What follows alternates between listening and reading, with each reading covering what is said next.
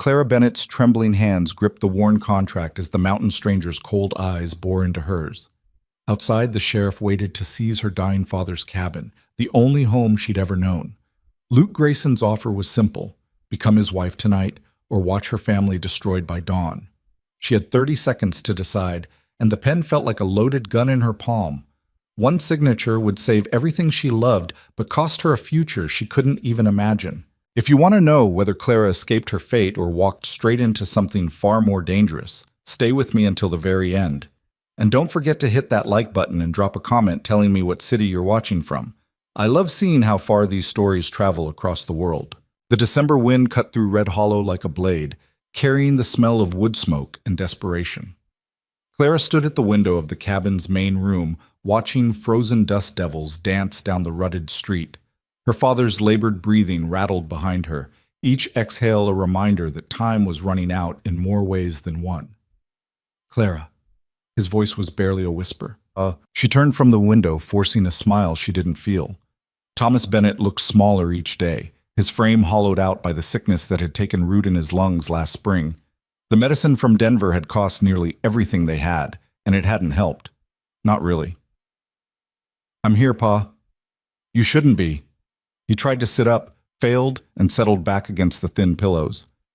You should be with the Mortimer girls, planning for the Christmas social, not watching an old man die. You're not dying. The lie tasted bitter. And I'm exactly where I need to be. Thomas closed his eyes. The bank letter came. Clara's stomach dropped. She'd been checking the post office every day, dreading this moment. When? This morning. Hiram brought it personally. He gestured weakly toward the table. Didn't have the spine to hand it to you direct.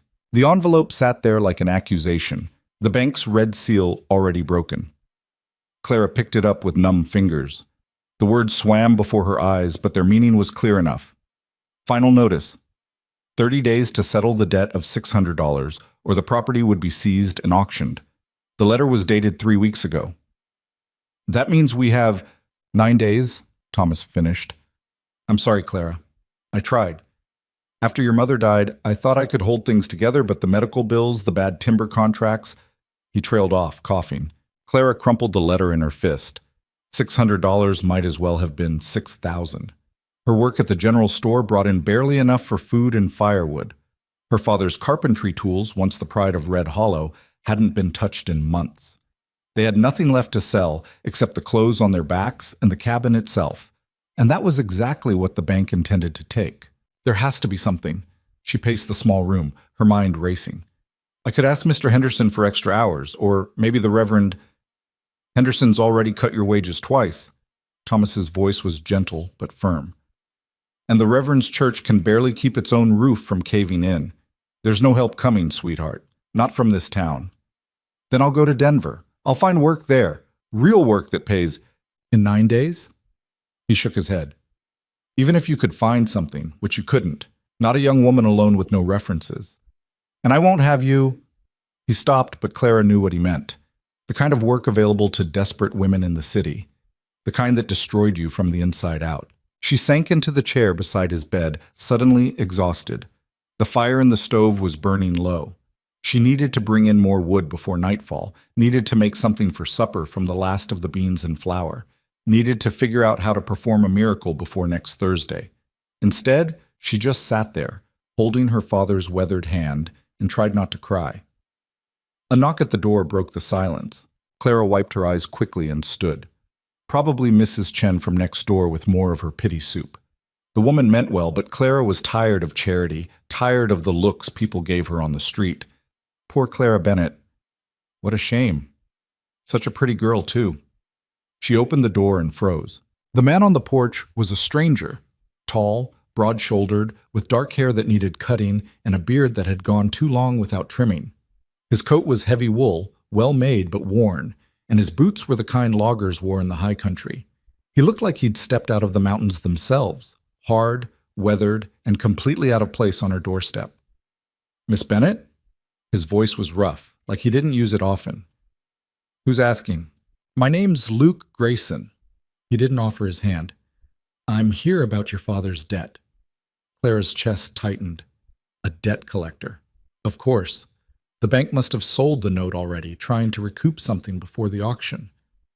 We have 9 days. The letter said, I'm not from the bank. He glanced past her into the cabin. Is your father here? I'd like to speak with both of you. Every instinct told her to slam the door in his face, but something in his eyes stopped her. Not kindness exactly, but not cruelty either. Just a flat, appraising look, like he was measuring something. Pa's not well enough for visitors. This concerns him directly. And you. Luke shifted his weight, and Clara noticed a scar running along his jaw, mostly hidden by the beard. 5 minutes. That's all I'm asking. Against her better judgment, she stepped aside. Luke entered the cabin with the economy of movement that marked men who lived in tight spaces. He took in the room with a single sweep. The dying fire, the empty shelves, the medicine bottles lined up like soldiers on the windowsill. His expression didn't change. Thomas had managed to prop himself up. I know you. No, sir. Luke removed his hat.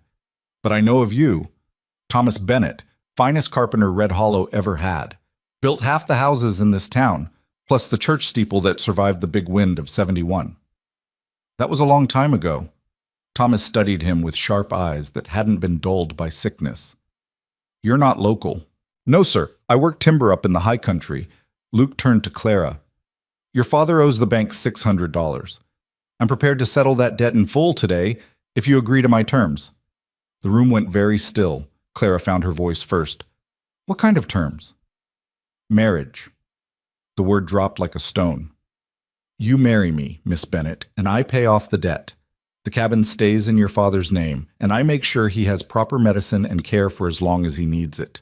For a moment, Clara thought she'd misheard. Then the words sunk in, and anger flared hot in her chest. You're insane. I'm serious. You don't even know me. I know enough. Luke's gaze was steady. I know you've been holding your family together alone since your mother passed. I know you work 60 hours a week at Henderson's store for half what a man would make. I know you're smart and strong and exactly the kind of woman who could survive where I live. Where you... Clara shook her head, trying to process the madness spilling from this stranger's mouth. You can't just buy a wife like a horse at auction. I'm not buying you. I'm making an offer. He looked at Thomas. Sir, with respect, you're dying. Your daughter's going to be alone in a town that has nothing for her except poverty and pity. This way, she has a future, a home, protection. Protection from what? Clara's hands were shaking. And why would a man who has $600 in his pocket need a wife from Red Hollow? Because the women in the cities want different things than I can provide. Luke's jaw tightened. They want parties and society and a life I have no interest in. I need someone practical, someone who won't break when things get hard, someone who understands that survival isn't pretty, but it's worth fighting for. You're talking about me like I'm a piece of equipment. No, I'm talking about you like you're capable. He pulled a leather wallet from his coat. This is $600 in banknotes. You take them to the bank tomorrow, settle the debt, and we get married by a justice of the peace before the week's out. Or you turn me down, and I walk out that door and you never see me again. Clara stared at the money.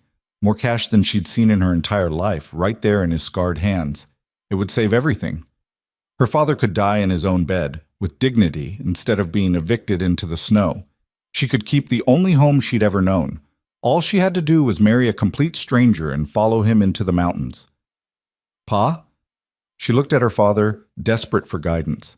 Thomas's eyes were wet. I can't tell you what to do, Clara girl. This is your life. But what do you think? He was quiet for a long time. I think I'm tired of watching you sacrifice everything for a dying man. I think you deserve a chance at something more than this town can give you. And I think... He paused, studying Luke with that carpenter's eye that had always seen the quality of a thing beneath its surface. I think this man is telling the truth, even if he's not telling all of it. Luke's expression flickered just for a second. Clara rounded on him. What aren't you telling us? Where I live is remote. It's not an easy life, even with resources. The winters are brutal. The nearest town is 3 days' ride. You'd be isolated. You mean trapped. I mean safe. His voice roughened. The world's getting harder, Miss Bennett. Towns like this are dying. The railroads are changing everything, and people who can't adapt get left behind. Where I am, You'd never have to worry about debt or hunger or men like Henderson taking advantage. You'd have everything you need, except freedom. You'd have more freedom than you do now. He gestured at the cabin. What are you free to do here? Work yourself to death? Watch your father suffer? Hope some local boy marries you so you can trade one kind of poverty for another? The words hit like slaps because they were true. Clara had spent 3 years watching her options narrow, watching the life she'd imagined for herself shrink down to just survival. Every girl she'd grown up with had either married or left. She was the last one, stuck in place by duty and love and the grinding reality of having nowhere else to go. How long do I have to decide? Until sunrise tomorrow. Luke tucked the money back into his coat. I'm staying at the boarding house. You know your answer. You come find me. If you don't show, I'll be gone by noon and you'll never see me again.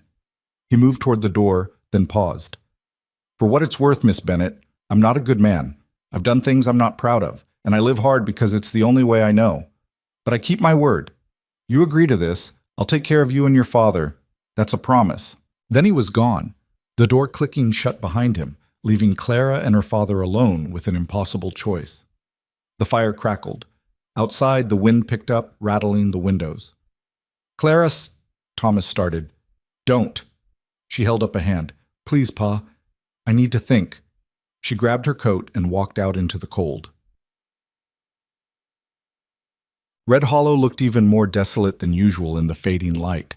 Half the buildings on Main Street stood empty, windows dark, dreams abandoned. The Morrisons' dry goods store had closed last month. The blacksmith had moved his family to Denver. Even the saloon, usually the last business standing in any frontier town, was struggling. Clara walked without direction, her boots crunching on frozen ground. She passed the church where she'd been baptized, the school where she'd learned to read, the cemetery where her mother rested under a simple wooden cross. Every landmark of her life contained in 3 streets and a handful of memories. This town was dying. Luke had been right about that. But marriage to a stranger? Following him into the wilderness with no guarantee of what she'd find there? Clara Bennett? As I live and breathe. She turned to find Hiram Henderson blocking her path. The store owner was a squat man with thin hair and thick fingers, the kind who smiled with his mouth but never his eyes. He'd been making suggestions about Clara's future prospects for the past year, suggestions that made her skin crawl. Mr. Henderson. Saw you had a visitor earlier. Big fellow, mountain type. His smile widened. He offering to buy your father's cabin? Because I might be interested myself once the bank takes possession. Could work out an arrangement where you and Thomas could stay on as tenants. Keep things in the family, so to speak. There was nothing familial about the way he looked at her. The cabin's not for sale. Well, now that's not really your decision, is it? He stepped closer. But like I said, I'm a reasonable man. You ever think about my proposal, Clara? A woman in your position could do a lot worse than having a stable provider, someone established in the community. I have thought about it. She met his eyes, and my answer is still no. His expression soured. Pride's an expensive luxury for someone 9 days from homelessness. You might want to reconsider while you still have options. Clara pushed past him and kept walking, her heart pounding. Men like Henderson were everywhere, circling like vultures, waiting for desperation to make women vulnerable. She'd rather die than give him the satisfaction. But what was the alternative? Luke Grayson? She found herself at the edge of town where the road disappeared into the forest. The mountains rose in the distance, purple shadows against the darkening sky. Somewhere up there, in the frozen wilderness, Luke lived. Doing what? Living how? He'd been deliberately vague about everything except the marriage part. A practical man looking for a practical wife. That's what he'd said. Clara had never thought of herself as particularly practical. She dreamed once of being a teacher, of maybe moving to a real city, seeing things beyond Red Hollow's narrow borders. But dreams required money and opportunity, neither of which she had. What she had was a dying father, a mountain of debt, and a stranger's offer that might be salvation or disaster. She stayed there until the stars came out, trying to find answers in the cold and the dark. The cabin was warm when she returned. Someone had stoked the fire and lit the oil lamp. Her father was asleep, his breathing slightly easier than it had been. On the table, Clara found a covered plate, Mrs. Chen's soup after all. There was also a note in Thomas's shaky handwriting. Whatever you decide, I love you. I'm proud of you. Don't choose based on me. Choose based on the life you want to have. Clara sat down and ate the soup without tasting it. Then she pulled out her mother's old journal, the one place she'd always gone when she needed to think clearly. Her mother, Elizabeth Bennet, had come west as a mail-order bride. She'd left everything familiar behind to marry a carpenter she'd known only through letters. Clara had heard the story 100 times, how terrified Elizabeth had been on the train, how strange and wild Denver had seemed, how close she'd come to turning around and going home. But she hadn't. She'd chosen courage over comfort, and she'd built a life that mattered. Of course, that life had also killed her.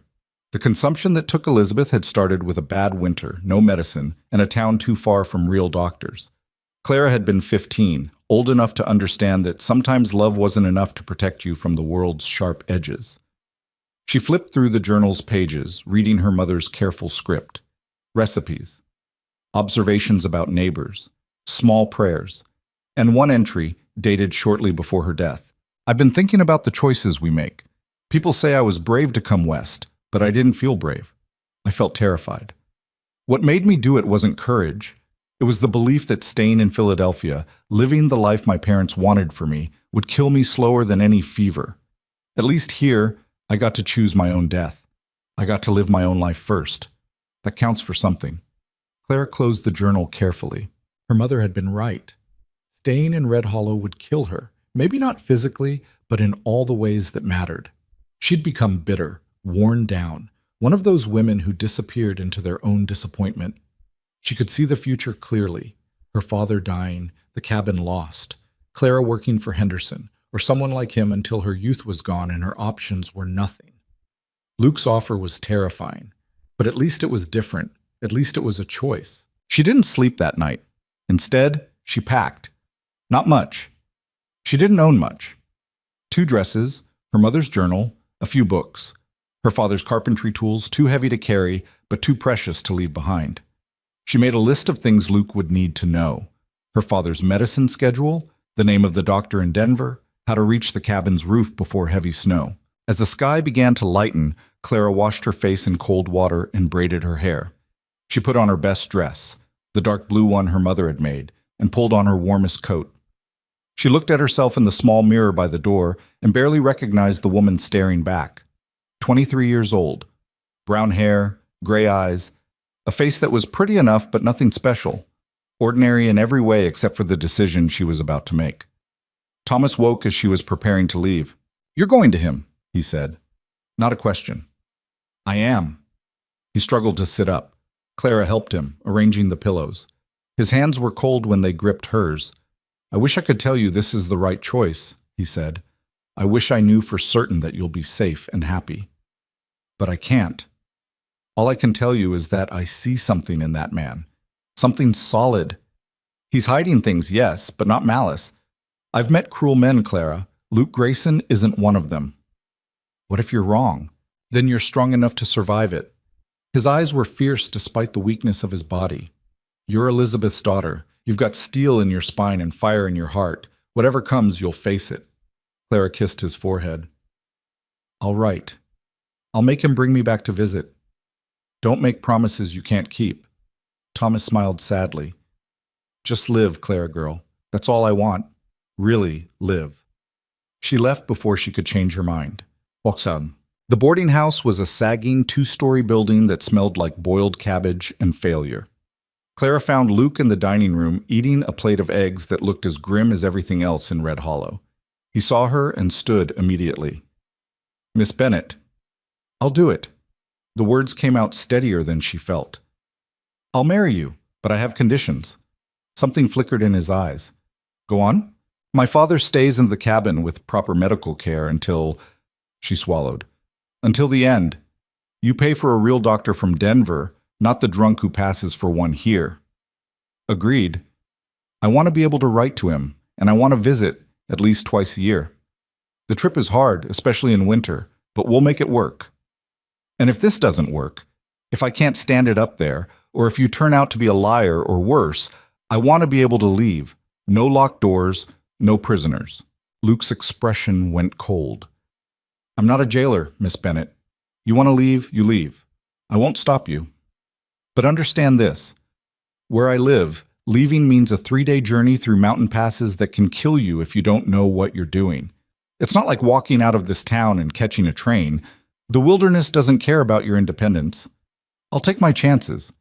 He studied her for a long moment, then he nodded. Fair enough. Anything else? Yes. Clara lifted her chin. I want to know what you're not telling me. You have $600 in cash and you live alone in the mountains. You're educated. I can hear it in how you talk. But you dress like a laborer. You want a wife, but you're not looking for companionship. What are you running from? Nothing. Liar. Luke's jaw tightened. You want the truth? Fine. I'm tired of being alone. I'm tired of silence and cold and going weeks without hearing another human voice. I'm tired of wondering if I'll die up there and no one will even know for months. I want... He stopped, the words seeming to cost him something. I want someone to talk to. Someone who's real and present and not just a memory. The raw honesty of it caught Clara off guard. This wasn't the speech of a man looking for a housekeeper or convenience. This was loneliness, plain and simple. Why not just hire someone, a housekeeper or... Because hired help leaves. Contracts end. People move on. He met her eyes. I need someone who stays. And you think a wife will stay when hired help won't? I think a wife will have reasons to try. He pulled out the wallet again. You want to do this or not, Miss Bennet? Because I meant what I said. You turn me down now. I'm gone.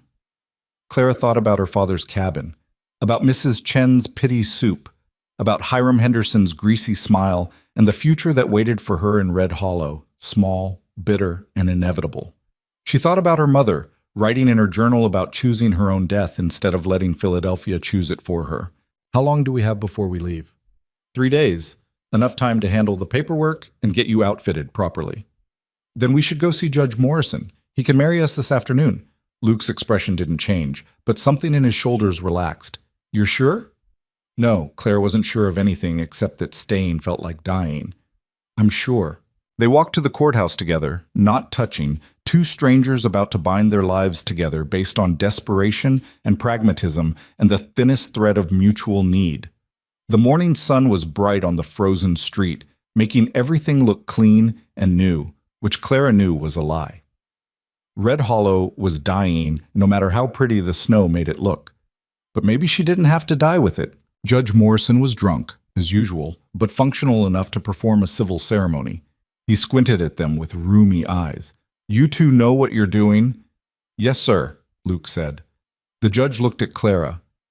Girl, you being coerced? No, sir. You understand marriage is a permanent arrangement, not something you walk away from when it gets inconvenient? Clara almost laughed. Nothing about this was convenient. I understand. Well then. Morrison pulled out the necessary forms. Let's make it official. The ceremony took less than 10 minutes. There were no flowers, no music, no guests, except the judge's half-asleep clerk who served as witness. Luke produced a simple gold band that looked old, worn smooth by time or previous ownership. Clara didn't ask where it came from. She just held out her hand and let him slide it onto her finger. I now pronounce you man and wife. Morrison signed the certificate with a flourish. May you have better luck than most. They stepped out into the cold as husband and wife. Clara looked down at the ring on her hand, this physical proof that she'd just altered the course of her entire life, and felt nothing. No joy, no regret, just a strange numbness, like she was watching herself from a great distance. We should tell your father, Luke said. They walked back to the cabin together. Thomas was awake, sitting up with effort, his eyes bright with fever and something else. Hope, maybe. Or just relief that his daughter wouldn't be alone when he was gone. It's done, Clara said simply. Thomas looked at Luke. You'll keep your promises? Everyone. Then I suppose I should welcome you to the family, such as it is. Thomas extended a trembling hand. Luke shook it carefully, aware of the old man's fragility. Take care of her. I will. And Clara, Thomas turned to his daughter. Remember what your mother always said. The only way out is through. Clara kissed his cheek, tasting salt. I love you, Pa. I love you too, Clara girl. The next 3 days blurred together. Luke handled the debt payment personally, walking into the bank with cash that made the clerk's eyes widen. He arranged for a Denver doctor to visit Thomas twice a week, paid 6 months in advance. He bought Clara proper winter gear, heavy coat, lined boots, gloves that actually fit. He was efficient, methodical, and almost completely silent. They ate meals together at the boarding house, making halting conversation about practical things. Weather, travel routes, what Clara should expect from mountain living. He never touched her, never pressured her, never acted like anything but a business partner arranging logistics, which should have been comforting but somehow made Clara more nervous. On the third night, lying awake in her narrow bed at the boarding house, Clara finally admitted to herself what she'd done. She'd married a stranger, a man she knew virtually nothing about, except that he had money he'd been hiding, lived somewhere remote enough to require serious preparation, and wanted a wife for reasons he still hadn't fully explained. She'd made her choice based on desperation and a dying man's blessing and her own stubborn refusal to become another Red Hollow tragedy. Now she'd have to live with it. They left at dawn on a morning so cold the air hurt to breathe. Luke had 2 horses, his own mount, a massive gray gelding, and a smaller mare for Clara, plus a pack mule loaded with supplies. Clara said goodbye to her father, holding him as gently as she could, trying to memorize the feel of his arms around her. "Be brave," he whispered. "I will." "And Clara? If it's bad, if he's not what he seems, you run. You hear me? Don't stay out of pride or duty. You run." She nodded against his shoulder, not trusting her voice. Mrs. Chen was there, and a few other neighbors who'd come to see the strange spectacle of Clara Bennett leaving town with a mountain man. They looked at her with pity and curiosity and relief that they weren't the ones riding off into the unknown. Luke helped Clara onto the mare with hands that were impersonal but steady. He'd taught her the basics of riding over the past 3 days, enough that she wouldn't fall off immediately. The saddle felt strange and precarious beneath her.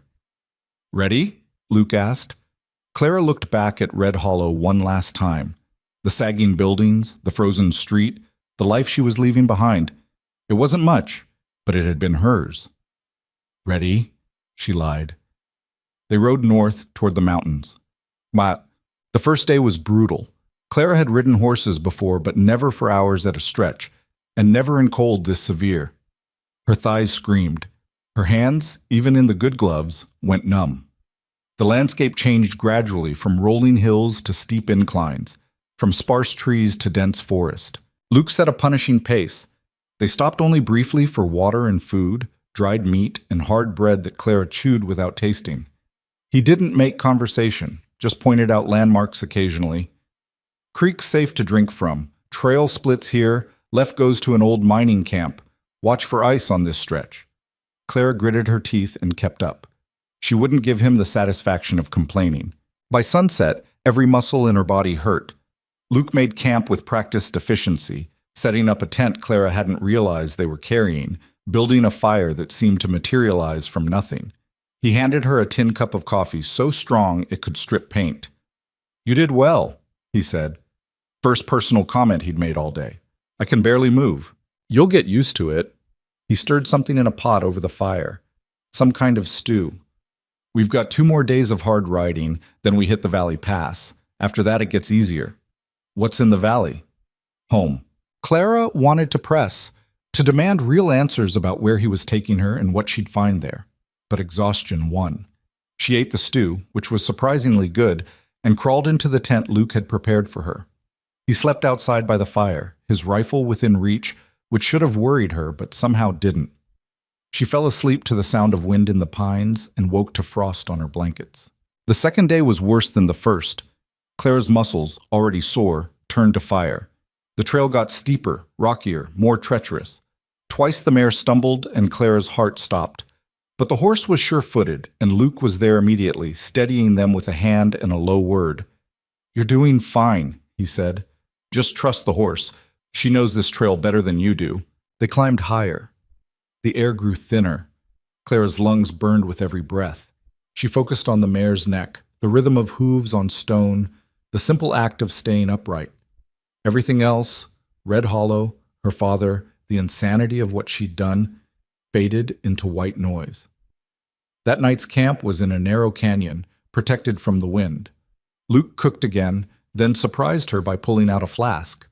"Whiskey," he said, "for the pain." Clara took a sip and coughed. It was awful and warming and exactly what she needed. "Where did you learn to cook like this?" "Necessity. You live alone long enough, you either learn or you starve." "How long have you been alone?" Luke stared into the fire. 5 years, give or take." "What happened 5 years ago?" "My wife died." The words hit Clara like a physical blow. She set down the flask carefully. "You were married before?" "Yes." "And you didn't think to mention this?" "Would it have changed your answer?" He met her eyes. "You married me because you had no choice. My past didn't factor into your decision." He was right, but Clara still felt blindsided. "What was her name?" "Sarah." Luke's voice was flat. "She got sick, winter fever. She died 3 days before the doctor could make it through the snow." "I'm sorry." "Don't be. It was 5 years ago." But the way he said it made clear that no amount of time would make it past tense. "The ring you're wearing was hers." Clara looked down at the gold band. It felt heavier suddenly, weighted with a grief she hadn't known existed. "Why are you telling me this now?" "Because you asked, and because you should know what you're walking into." Luke stood, brushing off his pants. Sarah loved the mountains. She loved the solitude. She died anyway, because loving something doesn't protect you from it. I need you to understand that. Where we're going is beautiful and harsh, and it doesn't care about your intentions. It just is. You stay aware and prepared, or you don't survive. "You're trying to scare me." "I'm trying to prepare you." He headed toward his bedroll. "Get some rest. Tomorrow's the hardest day." Clara sat by the fire a while longer, turning the ring on her finger. A dead woman's ring. A dead woman's husband. She'd known there were secrets, but this felt bigger than secrets. This felt like walking into a ghost story. She slept poorly, dreaming of frozen women and trails that led nowhere. The third day, Luke hadn't lied about it being the hardest. The trail became a knife's edge, with sheer drops on one side and vertical rock on the other. Snow started falling mid-morning, thick and blinding. Clara couldn't see 10 feet ahead. She gave the mare her head completely, trusting the animal's instincts over her own non-existent sense of direction. Hours passed. Clara lost feeling in her feet. Her face was numb despite the scarf wrapped around it. She focused on breathing, on staying conscious, on not thinking about how easy it would be to just slip sideways off this mountain and end the misery. Then, suddenly, the trail widened. The snow thinned, and the valley opened before them. Clara pulled the mare to a halt, staring. She'd expected wilderness, trees and rocks, and maybe a rough cabin Luke had built himself. What she saw instead was impossible. The valley stretched wide and green despite the snow, protected by mountains on all sides. A river ran through it, dark and swift, and scattered along its banks were buildings. Not rough cabins, actual buildings. A sawmill with smoke rising from its chimney, long structures that looked like bunkhouses, a massive barn, and at the far end, commanding the valley like a fortress, stood a house that could only be called an estate. 3 stories of timber and stone, with wide windows and a covered porch that wrapped around the entire front. Outbuildings clustered nearby. Stables, a smokehouse, what looked like a workshop. The whole compound sat on a rise, overlooking the valley like some frontier lord's holding. "What the hell is this?" Clara's voice came out hoarse. Luke had stopped beside her. He looked at the valley with an expression Clara couldn't read. "Home," he said. "Welcome to Winter Ridge." Clara turned to him slowly. "You're not a poor mountain man?" "No." "You're not a drifter living hand to mouth?" "No." "What are you then?" Luke met her eyes. "I own this valley, the timber rights, the mill, the contracts with 3 railroads. I employ 40 men year-round, more in peak season. He paused. "I'm what people in Denver would call wealthy." Clara's hands tightened on the reins. "You lied to me. I omitted details. You let me think you were desperate. You let me think—" She broke off, fury and confusion warring in her chest. "Why?" "Because I needed to know you'd marry me for the right reasons." Luke's voice was rough. Not the money, not the estate, not some fantasy of being a rich man's wife. I needed someone who'd say yes because they were choosing a life, not a bank account. You had no right. I had every right. He urged his horse forward. I buried one wife who married me for love and couldn't handle the isolation. I won't bury another. You married me knowing the worst. Now you get to see the best. Come on. He rode down into the valley without looking back, leaving Clara frozen on the trail above. She looked at the estate, her home now, apparently. She looked at the mountains behind her, the impossible trail she'd just survived. She looked at the ring on her finger, a dead woman's ring, and felt the weight of every choice that had led her here. Then Clara Grayson, took a deep breath and followed her husband down into the valley. Whatever she'd gotten herself into, there was no way out but through. The descent into the valley felt like riding into another world. With each switchback down the mountain trail, the wind died and the temperature rose just enough that Clara could feel her fingers again. The snow thinned to scattered flurries, then stopped altogether. Through breaks in the pine trees, she caught glimpses of the impossible estate below, its windows catching the late afternoon sun like signals. Luke rode ahead without speaking, his back rigid. Clara's anger simmered alongside her exhaustion. 3 days of brutal riding, 3 days of letting her believe they were heading to some rough cabin where she'd spend her life hauling water and chopping wood, and all along he'd been bringing her to this. An empire hidden in the wilderness. The trail finally leveled out onto a proper road, dirt packed hard by wagon wheels, with drainage ditches on either side. They passed the sawmill first, a massive structure built alongside the river. The blade was silent now, but Clara could see logs stacked in enormous piles, and the building itself hummed with stored energy, like it was just resting between shifts. 2 men in work clothes stood near the entrance, smoking. They straightened when they saw Luke. "Mr. Grayson," one called out, "wasn't expecting you back for another week." Plans changed. Luke didn't slow his horse. "Everything running smooth?" "Yes, sir. Johnson's team brought in a good haul from the north section. We'll be processing through the weekend." Luke nodded and kept riding. Clara noticed the men staring at her with unconcealed curiosity. She kept her eyes forward, chin up, trying to look like a woman who belonged here instead of someone who'd been deceived into coming. They passed the bunkhouses next, long buildings with smoke rising from multiple chimneys. Through windows, Clara saw men sitting at tables, playing cards, eating. A few looked up as they rode by. Word would spread fast, she realized. The boss had brought home a wife. By morning, everyone in this valley would know. The main house sat at the end of the road, even more imposing up close. The timber was dark with age and weather, but well maintained. The stone foundation looked solid enough to last 100 years. Wide steps led up to the covered porch, where rocking chairs sat like sentries. Claire had seen houses like this in Denver, owned by railroad barons and mining magnates. She'd never imagined living in one. Luke dismounted in front of the stables, a building that was itself bigger than her father's cabin. A young man emerged immediately, probably 16, with red hair and a smattering of freckles. "Mr. Grayson, you're back early." "Jamie," Luke handed over his horse's reins. "This is my wife, Clara. She'll need help getting down." The boy's eyes went wide. "Your wife? Nobody said, ooh? Oh." Nobody knew. Luke's tone suggested the topic was closed. "Take care of the horses, and find Margaret. Tell her we'll need the east bedroom prepared and hot water for baths." Clara tried to dismount on her own, but her legs betrayed her. 3 days of riding had turned her muscles to jelly.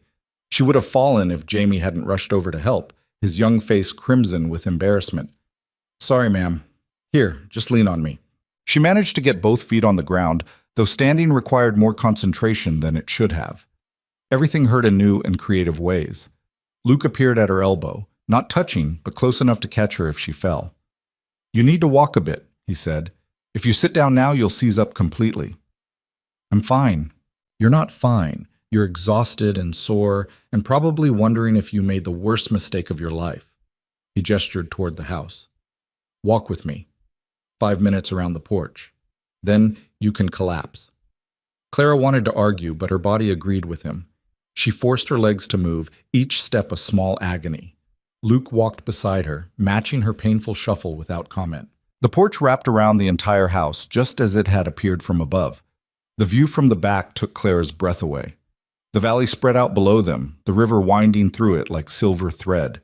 Mountains rose on all sides, purple in the fading light, creating a natural fortress. It was beautiful in a way that made her chest ache. Sarah designed this porch, Luke said quietly. She wanted to be able to see the whole valley from the house. Used to sit out here for hours just watching the light change. Clara gripped the railing, her knuckles white. I don't want to hear about Sarah. You're living in her house, sleeping in her bedroom, wearing her ring. His voice was harsh. You don't get to pretend she didn't exist. I'm not pretending anything. Clara turned to face him. But I also didn't sign up to be a replacement ghost. You want to talk about your dead wife? Fine. But don't expect me to compete with her memory. Luke's jaw worked. For a moment, Clara thought he might shout, but instead he just nodded. Fair enough. They completed the walk in silence. By the time they reached the front door again, Clara's legs were trembling. Luke opened the door and gestured her inside. The entry hall was bigger than the entire main room of her father's cabin. Dark wood paneling, a staircase that curved upward, oil lamps already lit against the gathering dusk. The floor was actual hardwood, polished smooth, with rugs that looked expensive.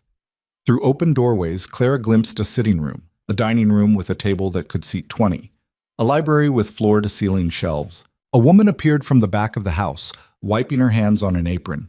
She was perhaps 50, with gray-streaked brown hair pulled back in a no-nonsense bun and sharp eyes that missed nothing.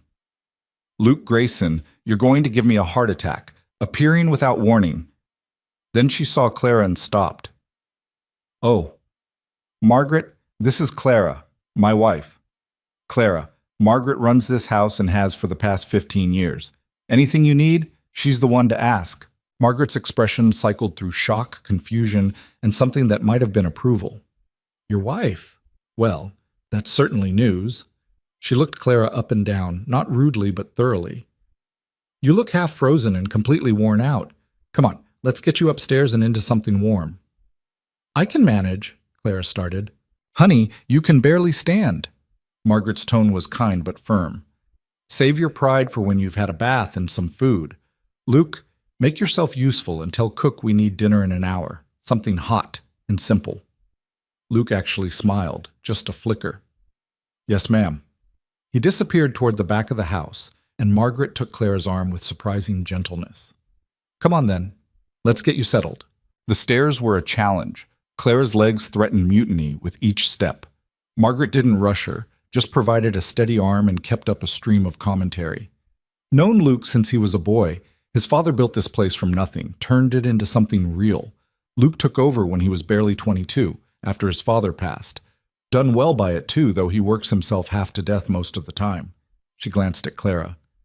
Didn't know he was looking for a wife again. I don't think he was looking, Clara said. More like solving a problem. And what problem would that be? Loneliness, apparently, among other things. Margaret made a thoughtful noise, but didn't pry further.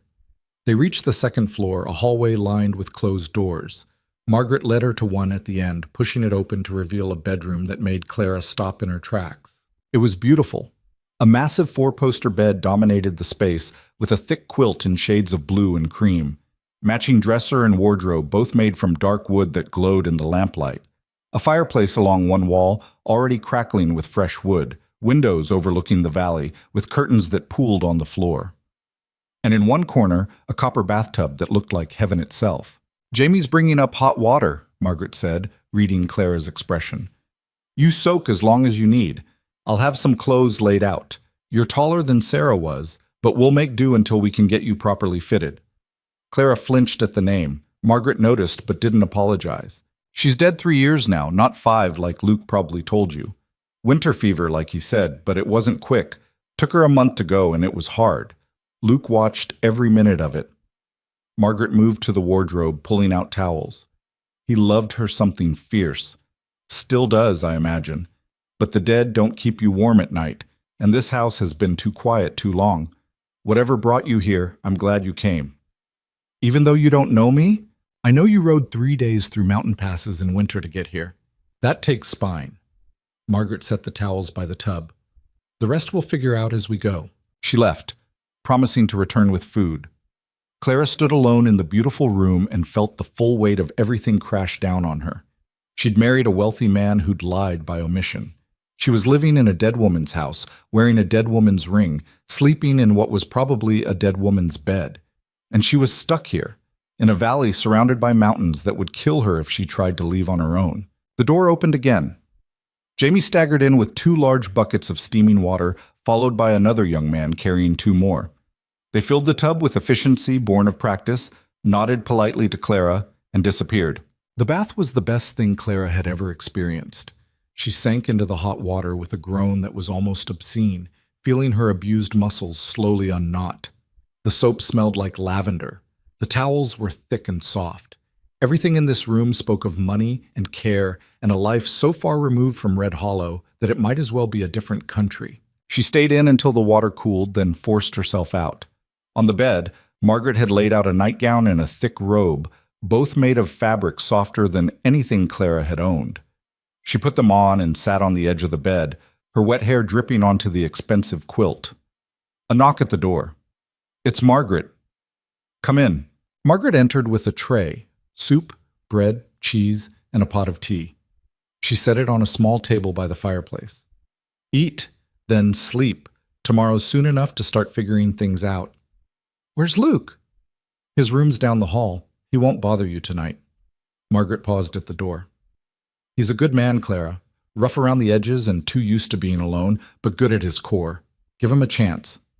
Then she was gone, and Clara was alone with the soup and her racing thoughts. She ate mechanically, tasting nothing.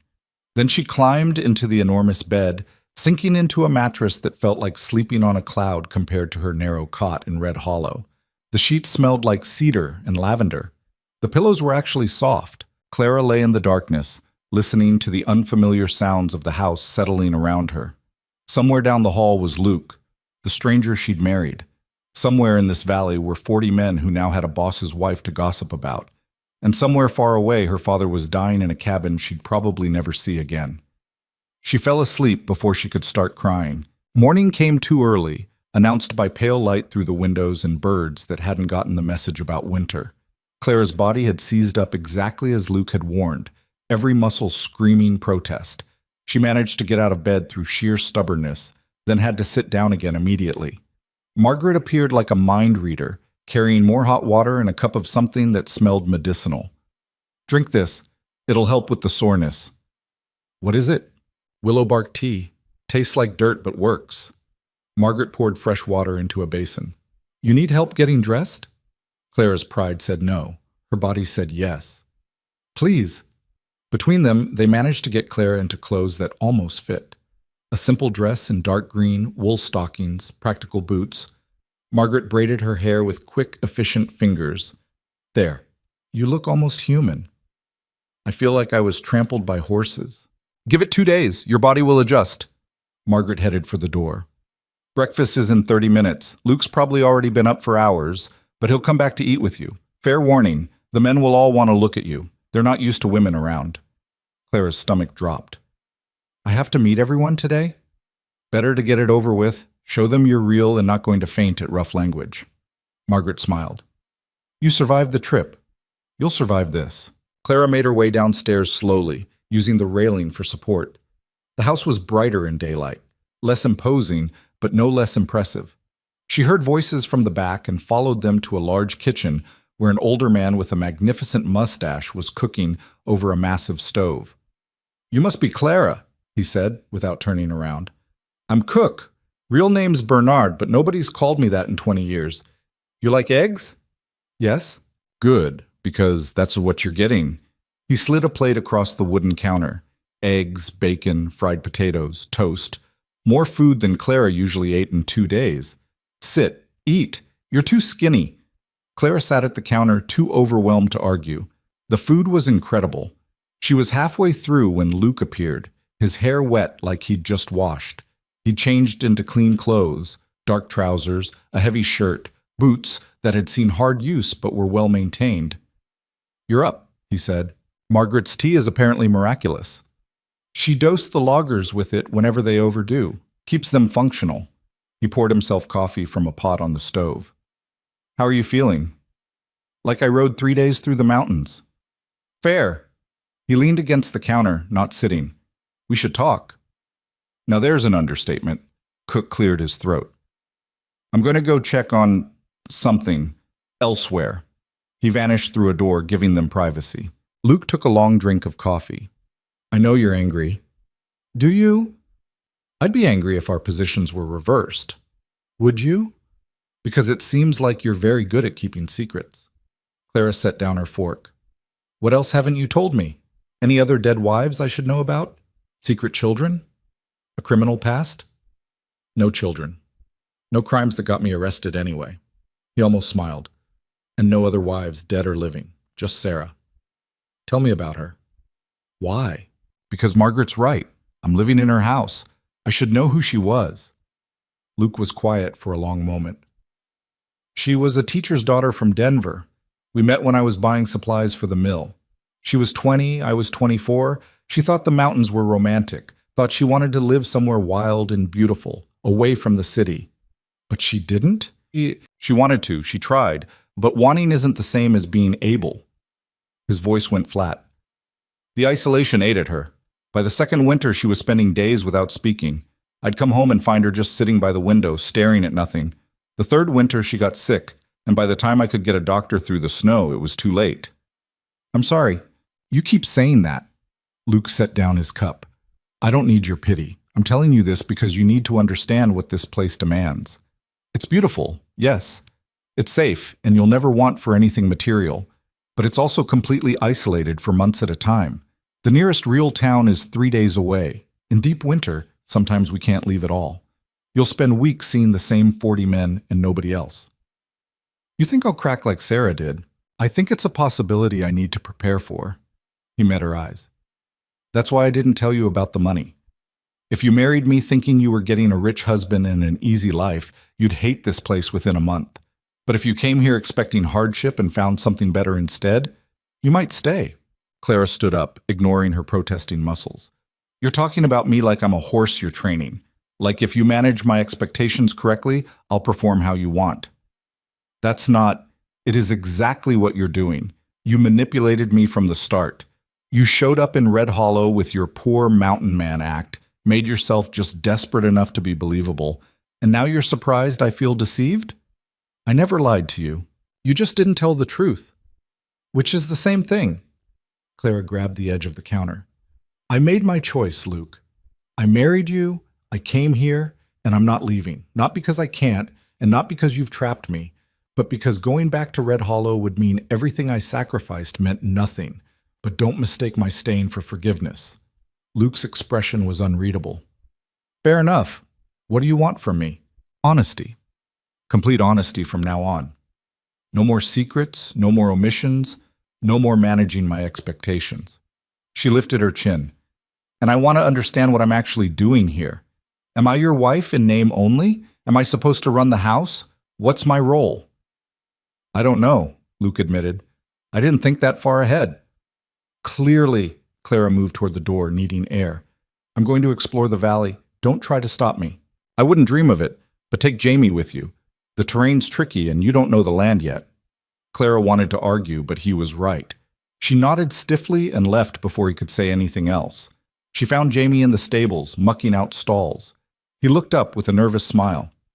Morning, Mrs. Grayson. The name made her flinch. Call me Clara, and I need a tour of the valley. Can you spare an hour? Yes, ma'am. I mean Clara. He set aside his shovel. You want to walk or ride? Walk. I don't think I could get on a horse again if my life depended on it. Jamie laughed, a bright sound that eased some of Clara's tension. Fair enough. Come on, I'll show you around. They left the house compound and headed toward the main valley floor. Up close, the operation was even more impressive than it had appeared from above. The sawmill was a feat of engineering, with a water wheel driving the massive blade. Stacks of finished lumber sat in covered sheds, waiting for transport. Jamie explained the process, how teams went into the forest with specially trained horses, how they marked and cut specific trees, how everything was hauled back to the mill for processing. Mr. Grayson's real particular about what gets cut, Jamie said. Lots of operations just clear-cut everything, but he insists on selective harvesting. Says it keeps the forest healthy for future generations. Some of the other owners think he's crazy, but his timber's the best quality in the territory. They passed the bunkhouses, and several men called out greetings to Jamie. They all stared at Clara with varying degrees of curiosity and caution. She nodded politely and kept walking. "They're not bad men," Jamie said quietly. "Just not used to women. Most of them come here to get away from something. Bad marriages, debts, trouble with the law.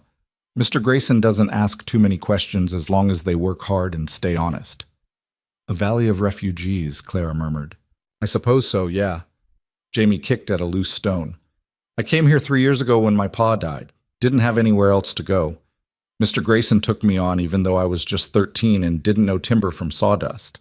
Taught me everything, gave me a place to sleep, and good food. He's hard but fair." They reached the river, which was wider than Clara had realized. A sturdy bridge crossed it, leading to more forest on the far side.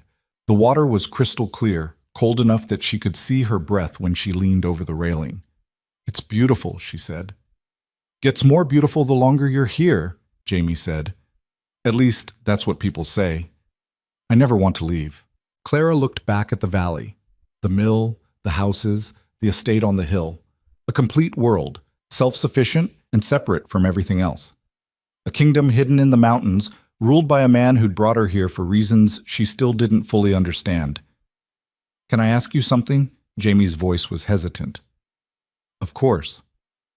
"Why'd you marry him, if you don't mind me asking? I mean, Mr. Grayson's a good man, but he's not exactly warm." Clara smiled despite herself. "That's an understatement, but the answer's complicated. Let's just say we both needed something, and this seemed like the solution." "Does it feel like a solution?" "Ask me in 6 months." They walked farther, Jamie pointing out landmarks. The meadow where they grazed horses in summer.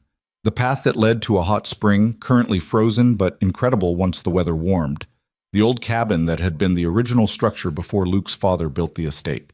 It was falling apart now, but Jamie said Mr. Grayson wouldn't let anyone tear it down.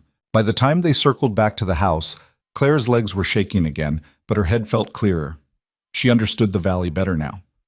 More importantly, she understood that this wasn't just Luke's isolated refuge. It was a working community, with its own rhythms and relationships and rules. Margaret was waiting on the porch. "Luke's asking for you. He's in the study." Clara found the study on the first floor, a wood-paneled room lined with books and maps. Luke sat at a massive desk covered in papers, a ledger open in front of him. He looked up when she entered. "How was the tour?" "Illuminating. Your operation is impressive." "It pays the bills." He gestured to a chair. "Sit. We should finish our conversation from this morning." Clara sat, though her body protested. "I'm listening. You asked what your role is. The honest answer is, I don't know, because I've been doing this alone for years. But here's what I need." He leaned back in his chair. "This house runs on Margaret and Cook, but they're not getting any younger. The men need someone to handle disputes that aren't business-related. We get supplies by wagon train 4 times a year, and someone needs to coordinate what we order and how it's distributed. And you need a partner," Clara interrupted. "Not a decoration, not a housekeeper. A partner." "Yes." "Why didn't you just say that from the start?" "Because women who think they're marrying a partner get different ideas about what that means. They want equal say in everything, including things they don't understand." He held up a hand when Clara bristled. "I'm not saying you're incapable. I'm saying there are aspects of this operation you'll need time to learn. I can't have someone undermining my decisions with the men because they think marriage gives them authority over things they don't comprehend yet. So you want me to be a partner, but only when convenient. I want you to be a partner who earns the men's respect first. Then your authority will actually mean something." Luke pulled out a sheet of paper covered in figures. "Look at this. These are the production numbers for the last quarter. Do you know what any of these mean?" Clara looked at the columns of numbers and abbreviations. "No." "Exactly. So if you tried to make decisions about production schedules or work assignments right now, the men would ignore you. But if you spend the next few months learning the operation, understanding what drives the numbers, proving you're smart and capable, then when you speak, people will listen." He wasn't wrong, and Clara hated that. "Fine. Teach me." "What?" "You said I need to learn the operation, so teach me. I'm not stupid, and I learn fast. Show me what all these numbers mean. Explain the business. Make me actually useful instead of just another mouth to feed. Luke stared at her like he'd never seen her before. You're serious? Completely. You brought me here to be a partner. I'm holding you to that. But I'm not going to be a partner in name only while I sit around doing needlepoint. A slow smile spread across Luke's face, the first genuine one Clara had seen. You don't do needlepoint, do you? I can barely sew a straight seam. My mother despaired of me ever being properly domestic. Thank God. Luke stood, gathering papers. All right. We'll start tomorrow. I'll show you the mill operation, explain the contracts, walk you through the finances. Fair warning, it's going to be dull and technical and you'll probably hate half of it. I grew up watching my father calculate board feet and stress loads. I can handle technical. Luke extended his hand across the desk. Partners then, for real this time. Clara shook his hand. His grip was firm, calloused, and warm. Partners. That night at dinner, a formal affair in the dining room with Margaret serving and Cook outdoing himself, Clara felt like she could finally breathe. Luke was still reserved, still carrying his ghosts, but he talked to her like an actual person. He asked about her father's carpentry work, seemed genuinely interested in her opinions about the valley, even laughed once when she made a dry comment about the decorating. Sarah chose most of this, he said, gesturing at the formal place settings. She wanted everything to be civilized. Said just because we lived in the wilderness didn't mean we had to be uncivilized. Was she right? I'm not sure, but I kept everything the way she liked it. Seemed wrong to change it after he trailed off. Clara set down her fork. Luke, I need to say something, and I need you to really hear me. All right, I will never be Sarah. I don't want to be Sarah, and I can't live in this house feeling like I'm constantly being measured against a memory. She met his eyes. If we're going to make this work, you need to let me be myself. That might mean changing things she chose. It might mean doing things differently than she did. And you need to be okay with that. Luke was quiet for a long time. Clara thought she might have pushed too far. Then he nodded slowly. You're right. It's not fair to either of you. Sarah's gone, and you're here. I'll try to remember that. That's all I'm asking. They finished dinner in more comfortable silence. Afterward, Luke showed Clara the library, which was even more extensive than she'd realized. Entire shelves of technical manuals and forestry guides, but also novels, poetry, history. He pulled down a worn copy of a surveying manual. This was my father's. He taught himself engineering from books like this. Built everything in this valley from scratch. He handed it to Clara. You want to understand this place? Start here. The valley is shaped by the land and the river. Everything else follows from that. Clara took the book carefully. Thank you. Don't thank me yet. Tomorrow I'm putting you to work. He moved toward the door, then paused. Clara, I'm glad you're here. I know I'm not good at saying things like that, but it's true. Before she could respond, he was gone, his footsteps echoing down the hall. Clara stood alone in the library, holding the manual, and felt something shift in her chest. Not love. That would take time, if it came at all. But maybe understanding. Maybe the beginnings of respect. She took the book upstairs and read until her eyes grew heavy. The next morning, true to his word, Luke took her to the mill. He explained every step of the process, introduced her to the foreman, a gruff man named Peterson who clearly didn't know what to make of having the boss's wife underfoot, and let her ask as many questions as she wanted. The week that followed established a rhythm. Mornings at the mill or in the forest with the logging teams. Afternoons in the study, going over contracts and finances until Clara's head spun. Evenings in the library or sometimes the sitting room where Luke taught her to play chess and usually won but had to work harder each time.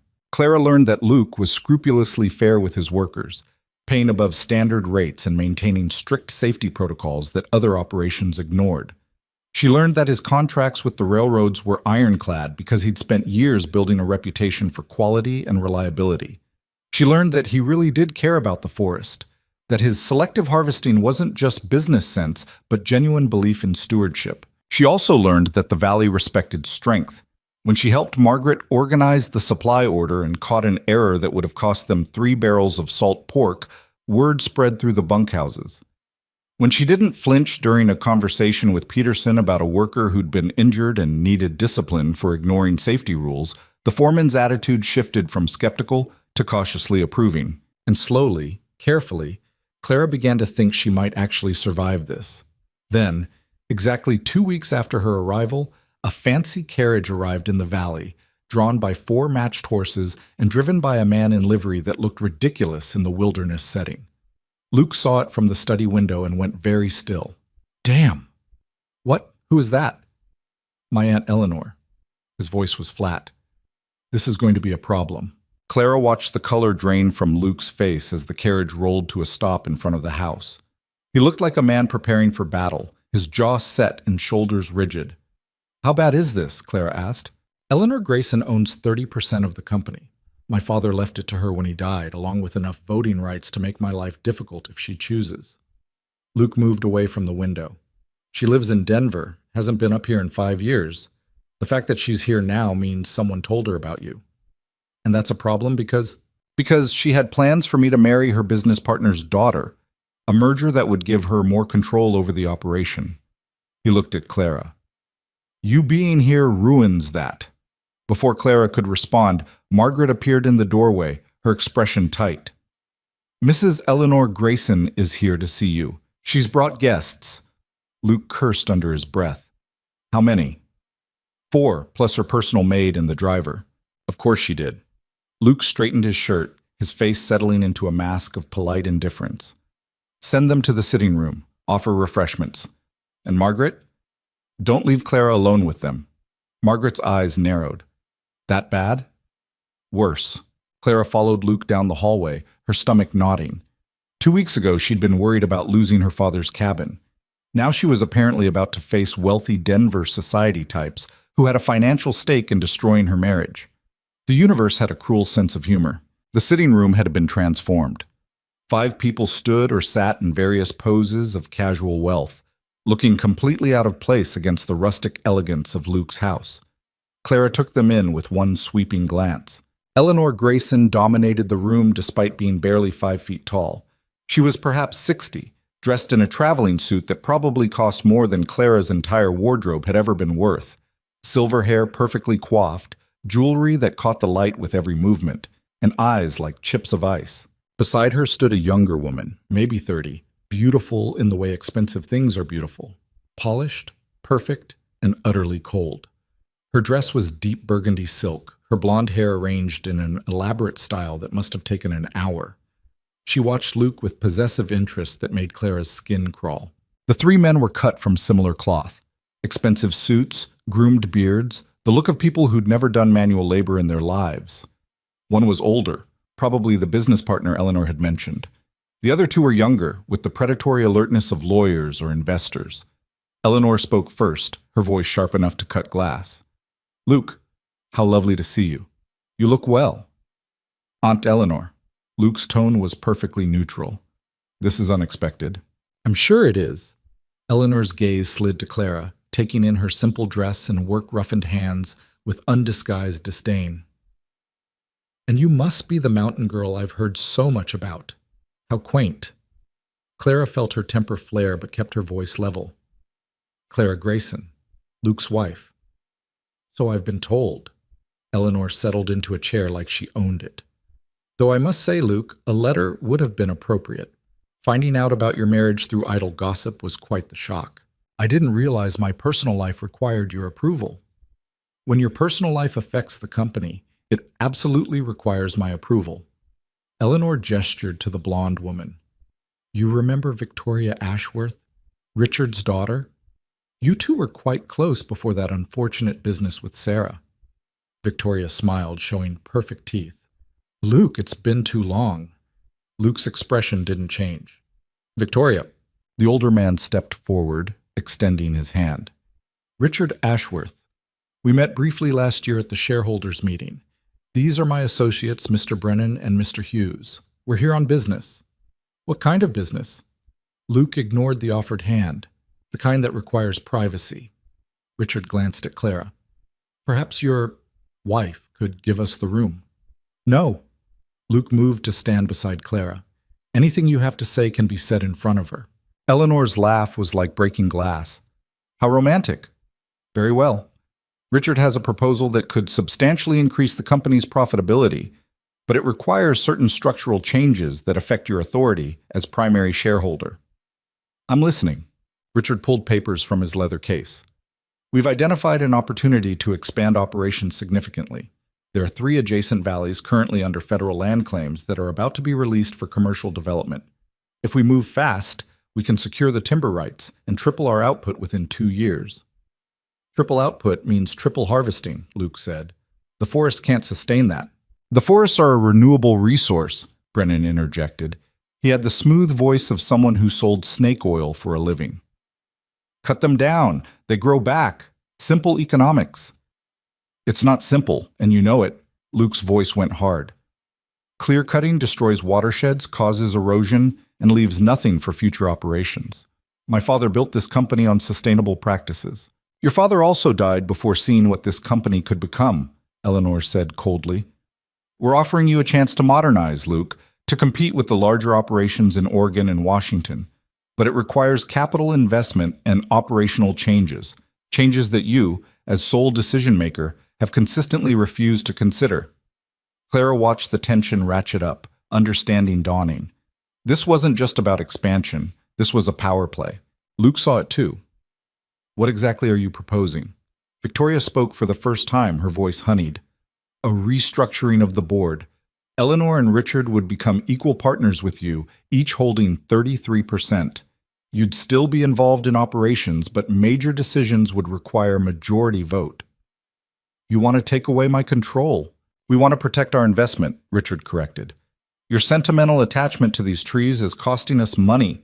The timber market is booming, and you're sitting on a fortune while refusing to capitalize on it. Because I'm building something that lasts. Luke's hands were fists at his sides. Not something that extracts maximum profit in 5 years and leaves destruction behind. How noble, Eleanor said. And how foolish. Luke, be realistic. The world is changing. The age of small, sustainable operations is ending. Either we grow or we get absorbed by someone who will. I'm not selling. We're not asking you to sell. We're asking you to be reasonable. Eleanor's eyes glittered. Of course, if you refuse, we have other options. As minority shareholders, we can petition for oversight if we believe the company is being mismanaged. Force an audit. Tie you up in legal proceedings for years. That's a threat. That's business, darling. Clara had heard enough. So let me understand this correctly. You want Luke to destroy the forests, abandon the principles his father built this company on, and hand over control to people who've never set foot in these mountains except to make demands. And if he refuses, you'll drag him through courts until he can't afford to operate. Do I have that right? Eleanor's gaze fixed on Clara like a snake eyeing prey.